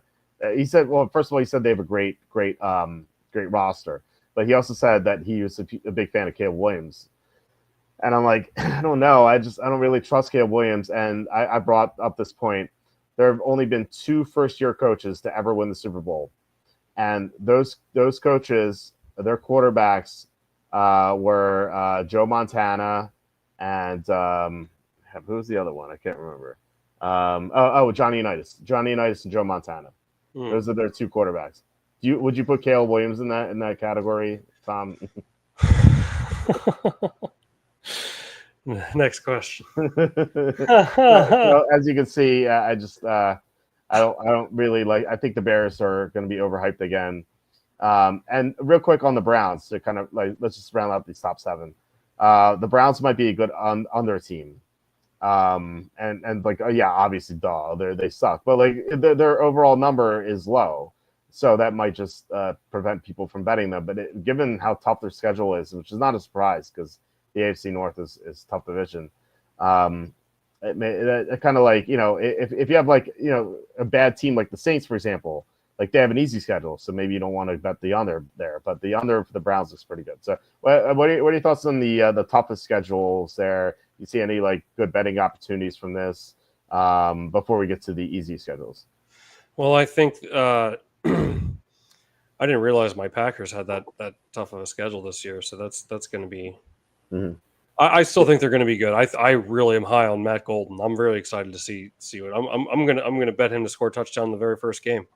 I really think he's going to be good. We are going to have the Lions are going to be one of those teams that people are still relatively high on, and we, if we think that there's going to be a drop off, whether significant or at least somewhat substantial, we got to find a spot early on in the season to fade them because it's gonna be there. I don't have their schedule brought up in front of me, but no, we don't have to do it right now. Well, they play the Packers. The Lions play the Packers week 1. Yeah, I mean, I wonder what that line's going to be. Wait, where's the game? It's in Green Bay. Isn't Green Bay a 1-point favorite or something? Let me see. Oh, really? I could just bring it up. We talked about the Lions about a month ago. The Packers at the Lions at the Packers. Yeah, Packers are -1.5. Wow. Mm-hmm. Give me the Packers. Yeah, I'll take them there. I agree. I think they're the right play. Lions host the Bears in week 2, which I don't know if we have a line for that. I'm not seeing it. They do have lines for some week 2 games, but not a lot of them. So, well, I'll tell you. What if the Bears are like +7 or +6? Lions host the Bears. Yeah, they could. It could be. I see +6, +6.5. Yeah. Well, the Bears are getting hyped, so maybe it'll be like +5.5. Yeah, give me the Bears right now. Knee jerk reaction. I would say the one thing going against the Bears in week 2 is that they play Monday Night Football in week 1, so they're gonna have one fewer day of rest. Although Andy really likes Andy, who's our Thursday co-host, and he's our proxy in Super Contest. He really likes the Bears in week 1. That's his top play right now. I don't know if things have changed, but that was like his first reaction to the schedule. I had him on the show about a month ago. And so that was his first reaction, and I'll see him in less than a month, which I'm excited about. Who are they playing? My keyboard isn't working. I can't bring it up. I'm sorry. The Bears. It's Vikings at Bears Monday Night Football. Oh wow, okay. Yeah. Packers also play week 2 on Thursday. So here's the thing, like you see that look ahead a lot happen especially for big favorites, but given that the Lions for the Packers, playing the Lions is much more important than playing the Redskins. So I think that they're gonna take that first game more seriously than the second one. So I think that's a good betting opportunity, by the way. If the Packers knock off the Lions in week 1, that's gonna give them more juice for the spread in week 2. And so you might be able to get a good value on the Redskins, especially if the Redskins look bad against the Giants in week 1. We talked about that as well. Like the Giants look pretty good at like +7 or whatever they are against the Redskins in week 1, because the Redskins might be looking ahead to that Thursday game. Plus, as I said before, the Giants are not as bad as we think they are. So I could see the Redskins barely eking out that game, and the Lions and the Packers beating the Lions. And so in week 2, people are like, "Oh, Packers definitely Thursday night," and then it could be all Redskins in that game. So yeah. Well, I'm eyeing up some of these teams at the bottom. Hold on a second here. You gave the Falcons a C. That's not correct. It's not correct. No, that's not correct. They should be a B. They're a good team. Are you sure? Yeah. I like the Falcons a lot this year. I'm telling you what. I think Penix is gonna. I think they're gonna win that division easily, barring injury, of course. But I guess that goes without saying. I think they're like +270 to win the division. Oh, I already bet it. Nice. Yeah, I think they should be a B, and because now I like them even more, seeing that their schedule is, one of the They've got one of the easier schedules. I think they could run away with that division, honestly. It's possible, yeah. If you don't believe in the Buccaneers, which I really don't, they could. I don't know if I'd put them in B yet. Like they could certainly enter B category or B territory at some point during the year. But I don't know. I want to see Penix play more than 3 games. They lost their center, and they have a bunch of young guys on the defensive line. And I think that like if they gel together by the end of the year, they could really get something going. But it's a lot of question marks right now. Mm-hmm. I think I don't know. They still seem like an average team to me. Like the other teams in B category, like I think that. Do you think they're really better than the Lions or at same level as the Lions and Packers and Chargers and Broncos and Steelers and 49ers? I think they're a little bit worse than those teams. I'd take them over the Broncos and the Steelers. Well, Steelers are they're getting some Super Bowl hype with Aaron Rodgers. Actually, I got a question from our friend Butters. He asked if we should bet because when he said that Aaron Rodgers announced that it would be his final year, he's asked should we bet the Steelers to win the Super Bowl, and I said no, but I think the Steelers defense is really good. The offensive line's not bad. They have Metcalf now. Like I think they're a good team. I think the Steelers are better than the Falcons. We saw that last year. Steelers went into Atlanta and just destroyed them. Let me tell you something. That Green Bay Steelers game, take the Packers. They're going to smoke them. They're going to absolutely smoke them. Wait. Say that again. Steelers Packers game. The Packers are going to smoke them. Yeah, the Packers are going to win big. Really? Yeah. Oh yeah. Easily. Why? Oh. Because they will. I know they will. No, because it's going to be. There's just no way. Rodgers is going to suck in that game. I guarantee it. I know it. I can feel it. I don't trust Green Bay's defense. Yeah, I don't trust Aaron Rodgers anymore. I mean, it's fair. He's not coming off the torn Achilles anymore. Well, he's coming off the torn Achilles. Yeah, but I mean that got to Kirk Cousins as well. It's a rough injury to come back from, and having another year off. I think you're going to see Rodgers play better this year. I don't know if it's going to be a lot better, but he's definitely going to be better than he was last year. You think people are going to be high on the Steelers? I don't think so, man. I don't know. I don't think they're going to be. Go ahead. I think some people will be high on the Steelers, as they're a very public team, a public organization, and they have a huge fan base. So they're always going to have a cult following. I don't know if like the casual ESPN fan is going to be onto them though. And I think they're a good bet against the Jets in week 1, even as long as they're -3 or less. Not -3.5. I don't like, but -3 or less. I like them against the Jets. And I always mention my father-in-law who he makes one bet, and like sure enough, I saw him today, and he's like, "You're going to Vegas, right?" I'm like, "Yeah." He's like, "Bet the Steelers over." it's the one bet he makes every year. It's Steelers over wins, and he always he's like he's 100% hit rate. just bet Steelers over wins, and he always that's awesome. Yeah. And so and it's fine. I didn't tell him, but I actually bet it for him already before Rodgers got there because I thought that the line is going to get worse with Rodgers, so I just bet it in advance. I bet it in advance, and like if for some reason he just didn't want to do it, then I just had the bet for myself. I that was mighty considerate of you. Yeah. So I already did. I didn't tell him, but I already did it. So nice. That's awesome. Yeah. Nah, man. Well, okay. I got a Y2K pick, maybe. Well, is it related to the schedule or do you want to go? It's related to Aaron Rodgers and the Steelers. Okay, wait. What is it? Okay, we can table it. It's okay. No, it's saying no. What is it? Tell us. Possible Quacky Y2K pick.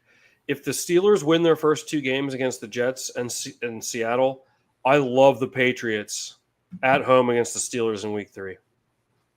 Okay. Those things. I mean, a few things are good. Obviously, we're just putting it on the maybe pile for now. But if they start out 2-0 and like I don't know, the Patriots are like 1-1 or even 0-2, I'm gonna love the Patriots in Week 3. I really, but I don't know. I think the Patriots, or like maybe the Patriots are 1-1. Maybe I don't know what their schedule is the first 2 games. Let me look. But like maybe they play the Raiders week 1 and then the Dolphins week 2. So they could be 2-0 as well. True, but like, well, if they lose to Miami, then remember that Miami game is going to be super hot. Yeah. So if they're 1-1, I'll tell you what. Like, let's say that line is like Steelers -3 in New England. Give me the freaking Patriots, man. And you would suspect it would be like that because they're -3 at the Jets. So it would be. You would think it would be that, especially if they're 2-0. It would be pretty similar. So I'm gonna keep that on my radar. And Sue bringing up a great point here. Oh, I didn't even think of that. Will be heading into Europe after the Patriots game. Yeah, they might be real comfy at 2-0 too. Yeah, that's a good call. I like it. I really like that. Yeah, good on you there, Slew. Well, Chris saying current line for that game is Patriots -1.5, which means that the books view the Patriots as 4.5 points better than the Jets. That's crazy. That doesn't seem correct to me. Wow. I don't think the Jets are as bad as people think they are. Browns over 4.5 over the 4.5 wins all day. I will go under. I will be going under for sure. Given that schedule, the seventh toughest schedule, man, I don't see it. Like it's gonna be Dylan Gabriel at some point. Can he take it? Although I do like them to win a week 1, so maybe bet that after. Bet the under after the week 1. I don't know how you feel about that, but I think the Browns will beat the Bengals in week 1. What's the line? I think the Browns. I mean, I'm gonna look, but I think the Browns are +5.5. Let me see. I could be wrong. The line is it's 5.5. You know what I'm gonna bet in that game? What's that? For a few reasons. Okay, so against was it in Cleveland? Yeah. Definitely take the Browns. I would say. I'm also going to bet Browns defense or special teams touchdown in that game. Okay. Because we know, I mean, Cincinnati has a well-documented track record of starting the seasons off slow. Yeah. It's well documented. And they always seem to struggle against the Browns, particularly in Cleveland, if memory serves me correctly. Yes, the House of Horrors for Burrow. Yeah, he always struggles there, and Garrett always dominates. You can bet the Garrett over sack total too. And I just feel like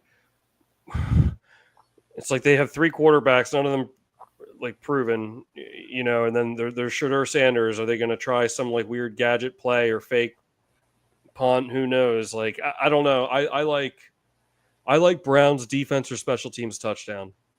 Well, they have 4 quarterbacks. They have this 4-headed monster of Flacco, Pickett, Gabriel, and that's Sanders. right. I'm sorry, I forgot Flacco. Dude, they should have just signed Russell Wilson, man. What were they thinking? He's the MVP. Well, I mean, but the thing is, Flacco was so good for them in 2023. They just had to do it for the fans, right? Yeah. They have nothing else going on. Hey, let's get the member berries going. Like, remember Flacco led us to the playoffs? I remember Flacco. That was a fun season to watch, though. I was glad for Flacco. Yeah, he was a monster at the end of the year. Yeah. Not so much in the playoff game, but down the stretch, he was so good. Unfortunately, he was awful last year, though. With Indy. Yeah, I was happy for him. Yeah, he was never like great, but hey, he's a Super Bowl MVP though, so he can never take it away. That's true. The best. You said he was the best Super Bowl MVP ever, right? That sounds like something I would say. I did not say that. Anyway, let's talk about these bottom teams. Yeah. Wait. You're asking me what if I have any other thoughts? Well, do you have any other thoughts on the top, the toughest schedules? Not on the top, really. Okay. Well, the easy schedules, and I'm glad to see the Niners at the bottom there because I've been saying that the Niners schedule is. I've been covering the NFL since 1999 when I started the site. This is the easiest schedule I've ever seen in my life. It's their toughest game, not counting the 2 Rams games in the division, is at Houston. Like that is their toughest game. They have so many easy games. It's insane. This, by the way, this is their These are their non-divisional foes. Ready? The Saints, Jaguars, Buccaneers, Falcons, Giants, Panthers, Browns, Titans, Colts, and Bears. Wow. They're non divisional. Texans are in there too, but outside of that, those are the non-divisional games. What are they? I wonder what the odds are for them to have the most regular season wins, or to get the one seed. That it would be interesting. The thing is, like, I don't think they're that good of a team.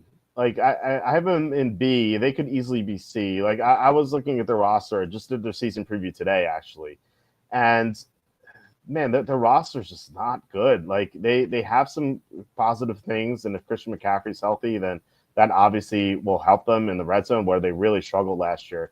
But their defense is just a shell of itself. Like, there's no depth anywhere on, especially in the defensive line. Like, there's really nothing. And if they don't get anything out of the first round pick, Michael Williams, it's only Nick Bosa. Like, the only guy who can get to the quarterback. That's it. Just Bosa, and that's it. There's no one else. They lost their number 2 linebacker, Dre Greenlaw. They lost their top safety, Talanoa Hufanga. Like, and the rest of the defense is just so mediocre. Like, they're not going to be able to stop anyone. Like, when they play good teams. Now, they play so many bad teams that they're going to look better than they really are. So I think they're going to be a great fade when they get to the playoffs and, like, they actually have to play against a good team. But yeah, so I'm happy to see that it's confirmed that the strength points are 27. Although the Patriots are close. The Patriots are 29. And we talked about how it was surprising that their win total for this year is like 8.5. So if you bet the over, they have to have a winning record for you to win that bet. And I was like, that was like sticker shock to me, because last year we bet they're under 5 wins. I think no, we bet under 4.5, and they won. And like now it's like 8.5, and so it's like, whoa, where'd this come from? Like I was hoping it would be like 5.5 or 6.5, and I bet the over, but it's 8.5. Like that's so high. So that, again, maybe sticker shock, but the fact that, like, they have better coaching and they have a very easy schedule too, I think that, like, if this were priced incorrectly and it was 6.5, they would be a smash over. But 8.5, it seems like the sports books really kind of noticed and they made an adjustment for that. So I really don't see a reason to bet that. You can just bet their games. Like week 1, you could bet them against the Raiders, and I think that's maybe a good strategy. And I do remember, I think you said you liked the Patriots week 1 as well. So I think that if memory serves correct, that was one of your quacky feeling games. And I kept asking you, you're like, why do you like? I'm like, why do you like this? And you're like, I just like it. Yeah. Well, it's still on the radar. It's still on the maybe pile, but yeah, I think the Patriots are going to exceed expectations this year, especially if what's his name is coked out of his mind. That'll be helpful. I'm sorry. Well, so exceeding expectations is 8.5 wins. So you think they're going to have a winning record? I think they could. I think they're better than D. Okay, that's fair. Yeah, they could be better than D. I don't know. They do have a lot of issues with that roster. I don't trust the offensive line. Will Campbell will make things better, but the rest of the offensive line don't trust. They don't really have a number 1 receiver. Stephon Diggs, I don't think he's going to play till week 5. Well, I like Travion Henderson, but he is a rookie. Their defensive line will be better, or the defense will be better, but it's not great. Although Mike Vrabel will help there, so there could be something there. Like, I'm not saying they can't win 9 games or more. I just think it's a big jump. So I don't know. Saints are interesting. So the Saints, obviously, everyone knows they suck, but it's hard to bet the under because they have such an easy schedule. So I think that's something you could stay away from. And then conversely, maybe the Bills, you bet the over, just because they have such an easy schedule.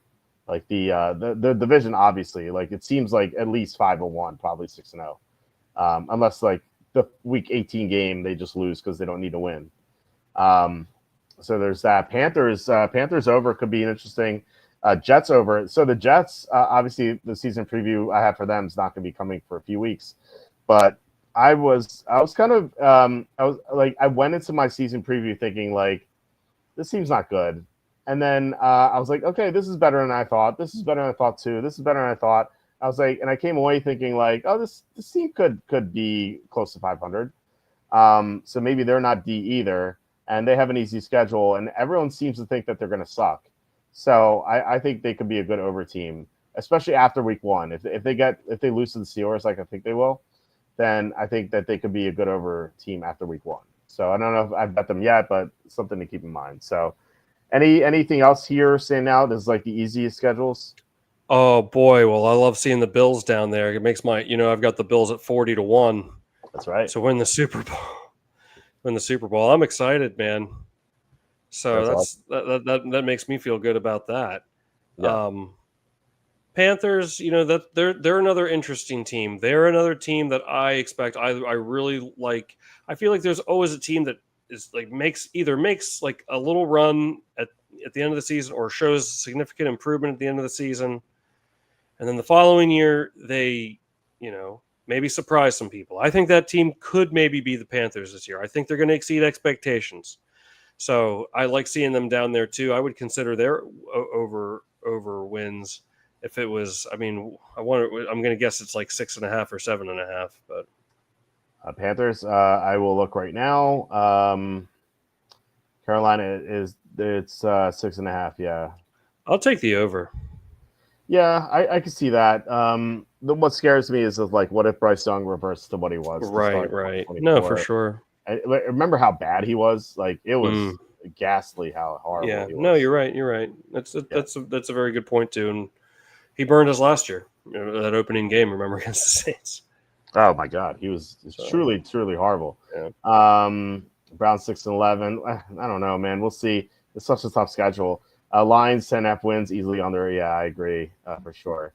NFC West, who you like wide open? I think the Rams are the better team, even with Alec Jackson hurt. Niners had the easiest schedule, but I mean, if you look at this, the Rams are they have the 20. They're the 21st toughest schedule. So they could be a good over team even with Jackson. The problem is that like you have Jackson's gonna be out, and like what if another offensive lineman goes down? Suddenly they have two injured offensive linemen, and then it could easily snowball. So if the Rams stay healthy, I think they're gonna win. But if they suffer some injuries, then the Niners could easily take it because they have such an easy schedule. So 13. So answering your question here, Tom. Well, thank you, Slu. 49ers are 13-1 most wins, 10-1 to win the NFC, 6.5-1 to be the number one seed according at DraftKings. Do you like any of those? 6.5-1 is looking somewhat tempting. One seed, yeah. Still, that's. I mean, I don't know, but that could easily go sour quick too.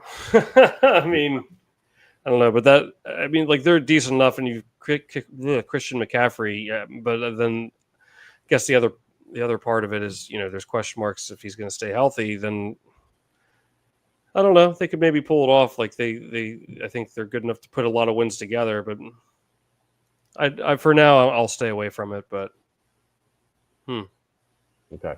10-1 to win the NFC. Okay, sorry. Go ahead. I'm just talking. Yeah, to myself. 10-1 to NFC, 13-1. I don't like the 10-1 to win the NFC because, like I said, when they get to the playoffs, I think their lack of talent and depth is going to catch up to them. But 6.5-1 to win the number one seed seems okay. I don't know if we're going to bet it, but I think it's interesting at least. Chris says the 49ers presently favored in 15 of their games. It's funny. And 2 of them, the dogs in at Rams, at Buccaneers, are presently just 1 + 1.5. And yeah, like once the season starts, like people see the Buccaneers aren't that good, then that could be 16 out of the 17 games they're favored, which is pretty nuts. Wow. I'm kind of surprised that they're favored at Houston, though. I think that Houston should probably be favored. I would guess that they're going to lose that game, but I don't know. Maybe I'm wrong. Saints could be 1-16 easy. I don't know about easy, but it's definitely possible. But their schedule is definitely easy too. Like I feel like they'll beat the Panthers once, and I think they'll beat either the Falcons or Buccaneers once. And then I don't know who else they play, but I assume based on Slew's data here that they have a lot of easy games too. So I don't know. You could be sweating that out if the win total is 4.5, as I suspect it is. No, it's 5.5. So yeah, that's doable. Like I don't really see this Saints team winning 6 games. But again, like such an easy schedule could just turn like what should be short losses into wins. I had that bad experience with betting NFC South teams before, but yeah, they do look like a bad team. So I still would lean under for sure. But I'm just saying that like it's such an easy schedule they could just luck into some wins. Yeah, they had no. Yeah, but that's true. Although Tom shaking his head. No, what about Rattler?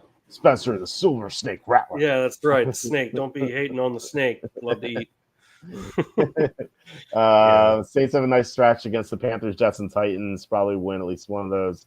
And then they need just one more if they catch someone sleeping or hurt. Yeah, exactly. I want to see Tyler Shuck in the preseason first. Well, yeah, I guess we'll see him in the preseason. What if they hold him out? Like he plays like one game, which is like the norm these days. I don't know. I guess we'll see them. Saints have 7 games against D teams and 1 against F. Wow, that's easy. Very easy schedule. Yeah, I would stay away from betting the under. If like gun to my head, you're like bet over or under for the Saints, I'd go under for sure.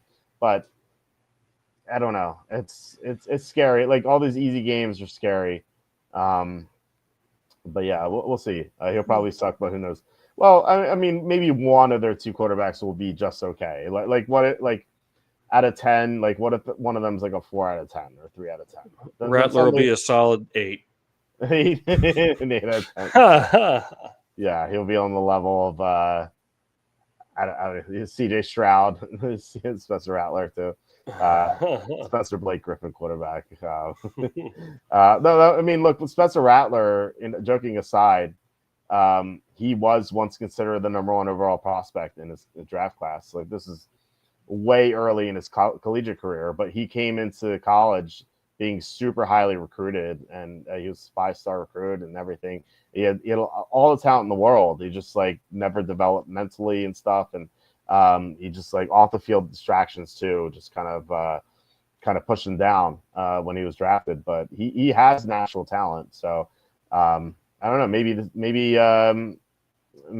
their new coach can mold him into something. We'll see. Although they did take a quarterback in the second round, so if the new coach liked them, then maybe Kellen Moore would have been like, okay, I'm not gonna take a quarterback in the second round, but he did take Tyler Shuck. But Lions have a road stretch where they play 6 of 7 games against 8 teams. That's brutal. That's absolutely yeah. I'm liking the under for the Lions for sure. I'm intrigued to see what Kellen Moore does. Yeah. It's be some incentive to lose 2 with 2 fantastic quarterback options. At least we think so. Arch Manning may not declare. Garrett Nussmeier, he'll be in the class. It's also Lenoris Sellers, and people like Drew Aller. I'm not an Aller fan. It's a Penn State alumnus. I don't think he's that good. I think he's going to be in the second round ultimately, but people do have him in the first round of the mock drafts. I just don't see it. Nussmeier, his dad is the coordinator, so that could be incentive for sure.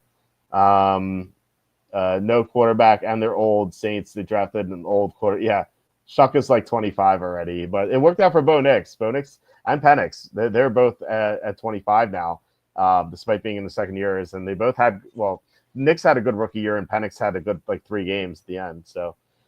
It could work out. Yeah, and remember, Mac Jones is also an older quarterback, and he had a good rookie year, but he never really developed. So maybe these old quarterbacks, they have their good rookie year, and then they just never really get better. Maybe we'll see that, but I don't know. I would say under for sure for the Saints. But at the same time, like their easy schedule could just get them wins, and they could be 6-11. And you're like, wow, how'd they win 6 games? And you just think about how many easy opponents they had, and again, what if Bryce Young regresses and sucks, and they sweep the Panthers? Like suddenly that's 2 out of there's 2 wins, right? You can only have 4 more, so. I was high on Penix, and you were not. Oh yes, I was. You were, yeah. Tom liked them. I like Penix. I didn't like the pick for Atlanta, but I did like Penix. I just thought it was a bad fit because they had Cousins, and so what I should have said was that when I did say this, I'm like, I thought they drafted, and my conspiracy theory was that they drafted Penix because they paid Cousins all that money, and then they saw him throw in practice, and they're like, wow, this guy sucks. Like we need a quarterback. We need a quarterback pronto because we have a lemon here. Now, I think I think that's why the Buccaneers drafted Emeka Ibuka too in this class after they re-signed Godwin because they probably saw Godwin practice. They're like, oh man, this guy's not going to be ready for week one. And now we're hearing that we're like hearing Chris Godwin's iffy to play week one. It's only June, and we're hearing that like he may not be ready week one. And it kind of reminds me of Christian. Remember Christian McCaffrey last year? Like he was like he might not play week one. And like this is like July that we're hearing this. It's like okay, like now that we know this, like he only played 4 games. I think Chris Godwin's going to play like 4 games this upcoming year. I wouldn't trust him at all. I love like Buka in fantasy, by the way. Bills road games only one against the B team. The rest of the year worse. Yeah, the Bills are looking good for the over. I assume it's 11.5. I don't think anything would be priced at 12.5. Bills are over 11.5, but it's minus 160, so you have to pay a price for that. If the Saints win 4 games, Kellen Moore wins Coach of the Year. Yeah. I remember Tony Kornheiser and Michael Wilbon at PTI when Marvin Lewis was hired by the Bengals. I remember Kornheiser saying if Marvin Lewis leads them to 8-8, they should build a statue of him. That's how bad the Bengals were.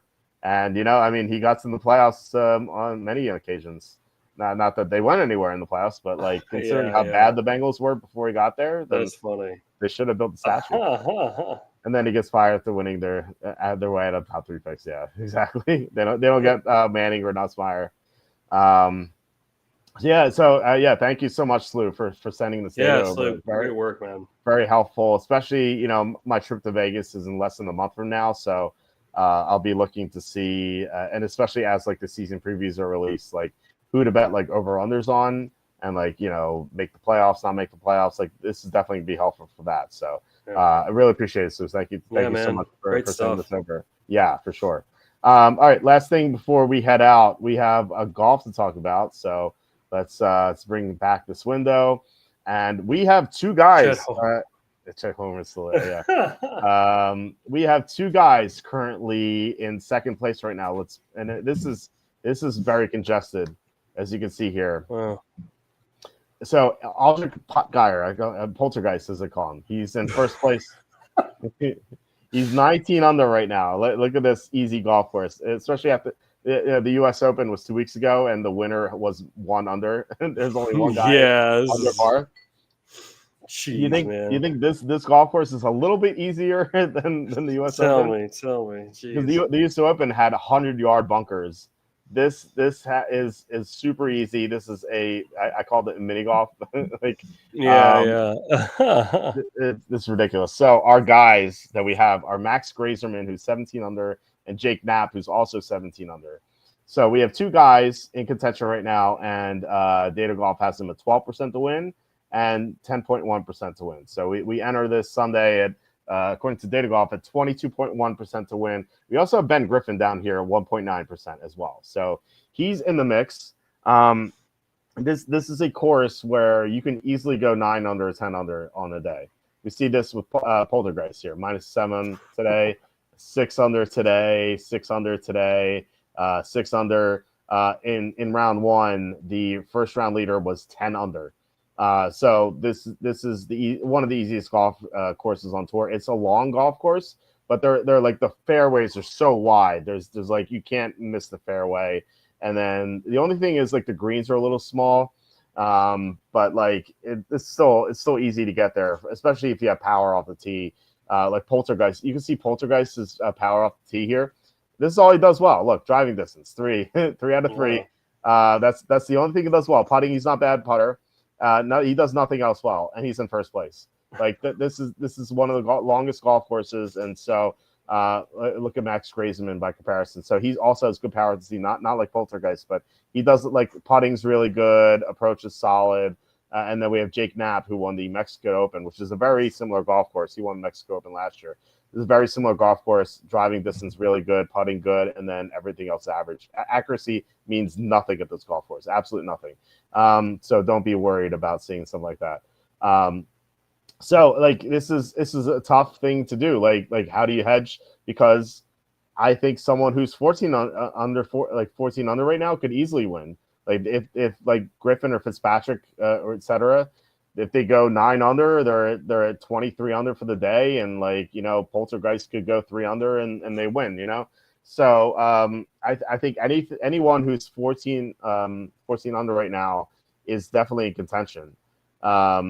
So this is right, like I said, this is tough to hedge at the moment. I do want to place some small bets on some guys, just because we have 3 guys in the mix. They're really like 2 main guys in the mix, but also like a third.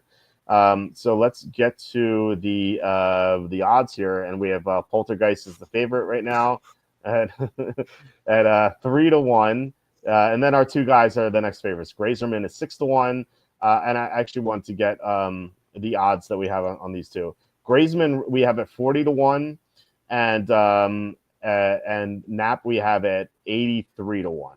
So we're definitely rooting for Knapp to win. And so he's a plus 750, Grazeman plus 600, Chris Kirk plus 800, Mark Hubbard is plus 850, Andrew Putnam 10-1. You have Colin Morikawa.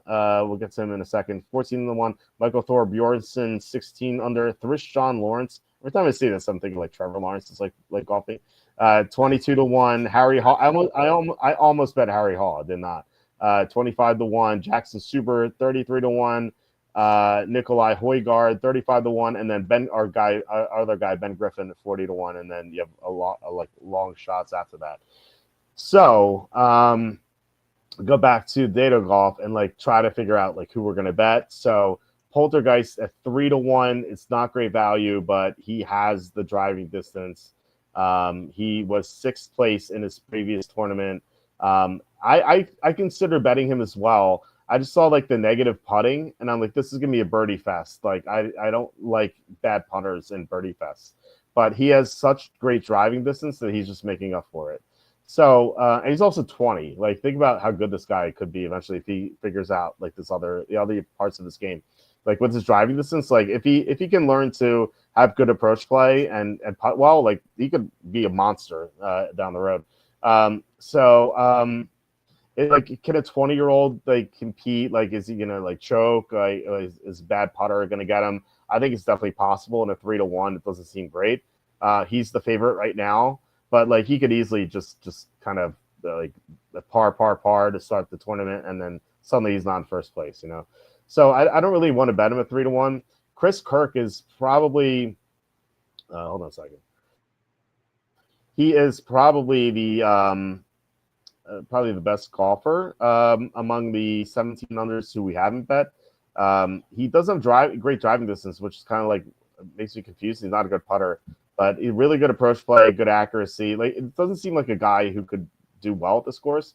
I mean, obviously, like with the good accuracy and approach, like he'd always like do well, but like not like have an elite ceiling, So Chris Kirk doesn't really make much sense to me, like why he's up here, and I could see him falling off potentially, but he's good enough to win. We go to Mark Hubbard, who's a very balanced golfer. Again, not great driving distance, but he's good at everything. I don't think Hubbard has ever won a tournament. Yeah, he's never won a PGA tournament. So I don't know. I don't know. Like these guys up here are so mediocre, but this is kind of the whole field. Putnam, this is really confusing to me because look at the driving distance is horrible. So like, why is he doing well at like one of the longest golf courses on tour? I don't know. I mean, he's a great putter, and he's great accuracy and stuff like that. But like outside of the Canadian Open, like he just hasn't had good finishes all year. He has one top 10 all year, and I guess it was the last tournament he played. So like when we get to the 16 unders, we go to Michael Thor Bjornsson, who has great driving distance, so he could win. and you're getting decent odds with him. What is he? He's 16-1. So that might be like a good like small bet to make, like a half unit or a quarter unit or something, just to have like action there as well. And again, like if you're 16 under, you could definitely win this tournament. Thrishon Trevor Lawrence, he's pretty limited, but he had a good U.S. Open. He finished 12th, and again, like what was he at that? He was six over. Like 6 over at the U.S. Open is incredible. So I don't know. I mean, I don't know where this came from, because he was, look at this, like cut. He missed the cut at the European Tour. He's not making the cut at the European Tour back in January, and like now he's 12th at the U.S. Open. I don't understand what's going on here. By the way, I think this is South Africa. I'm not sure. Let's see. Yeah. So I had a couple of South African guys up here. We have Jackson Suber is like what's this? How's this guy doing? Well, I'm not going to bet him. And then you go to the 15 unders, and I think that's where we're going to stop. Colin Morikawa is the best golfer at this tournament, but his driving distance is not good, and he's struggled with this putter all year, and that's why we didn't bet him. So I don't really want to bet Morikawa. He could win it. He finished second here a couple years ago. And he's currently, what are his odds? I believe he's like 18-1. What is he? He's 14-1. He could make a run. But I just don't trust his putting. I don't trust his driving distance. I don't really want to bet him. But again, he could win. And then we get to Harry Hall, who I said I almost bet. Driving distance is okay, but like everything else, like just elite putting, that was what I was looking at. And look how well he's done recently. 9th at the Travelers, 24th, but 6th at the Charles Schwab, 19th at a major, 20th at Myrtle Beach earlier in the year, 10th at Hawaii, 8th at the Century. This guy's had a good year. His odds weren't that good, and that's why I didn't bet him. Like he was like 25-1 or 30-1. I remember thinking, like, if you're 50-1, I would bet Harry Hall, but at 30-1, I don't really want to. And now Harry Hall is 25-1, so he's basically like the same odds, and now he's like in contention to win. I think he's worth a small bet as well.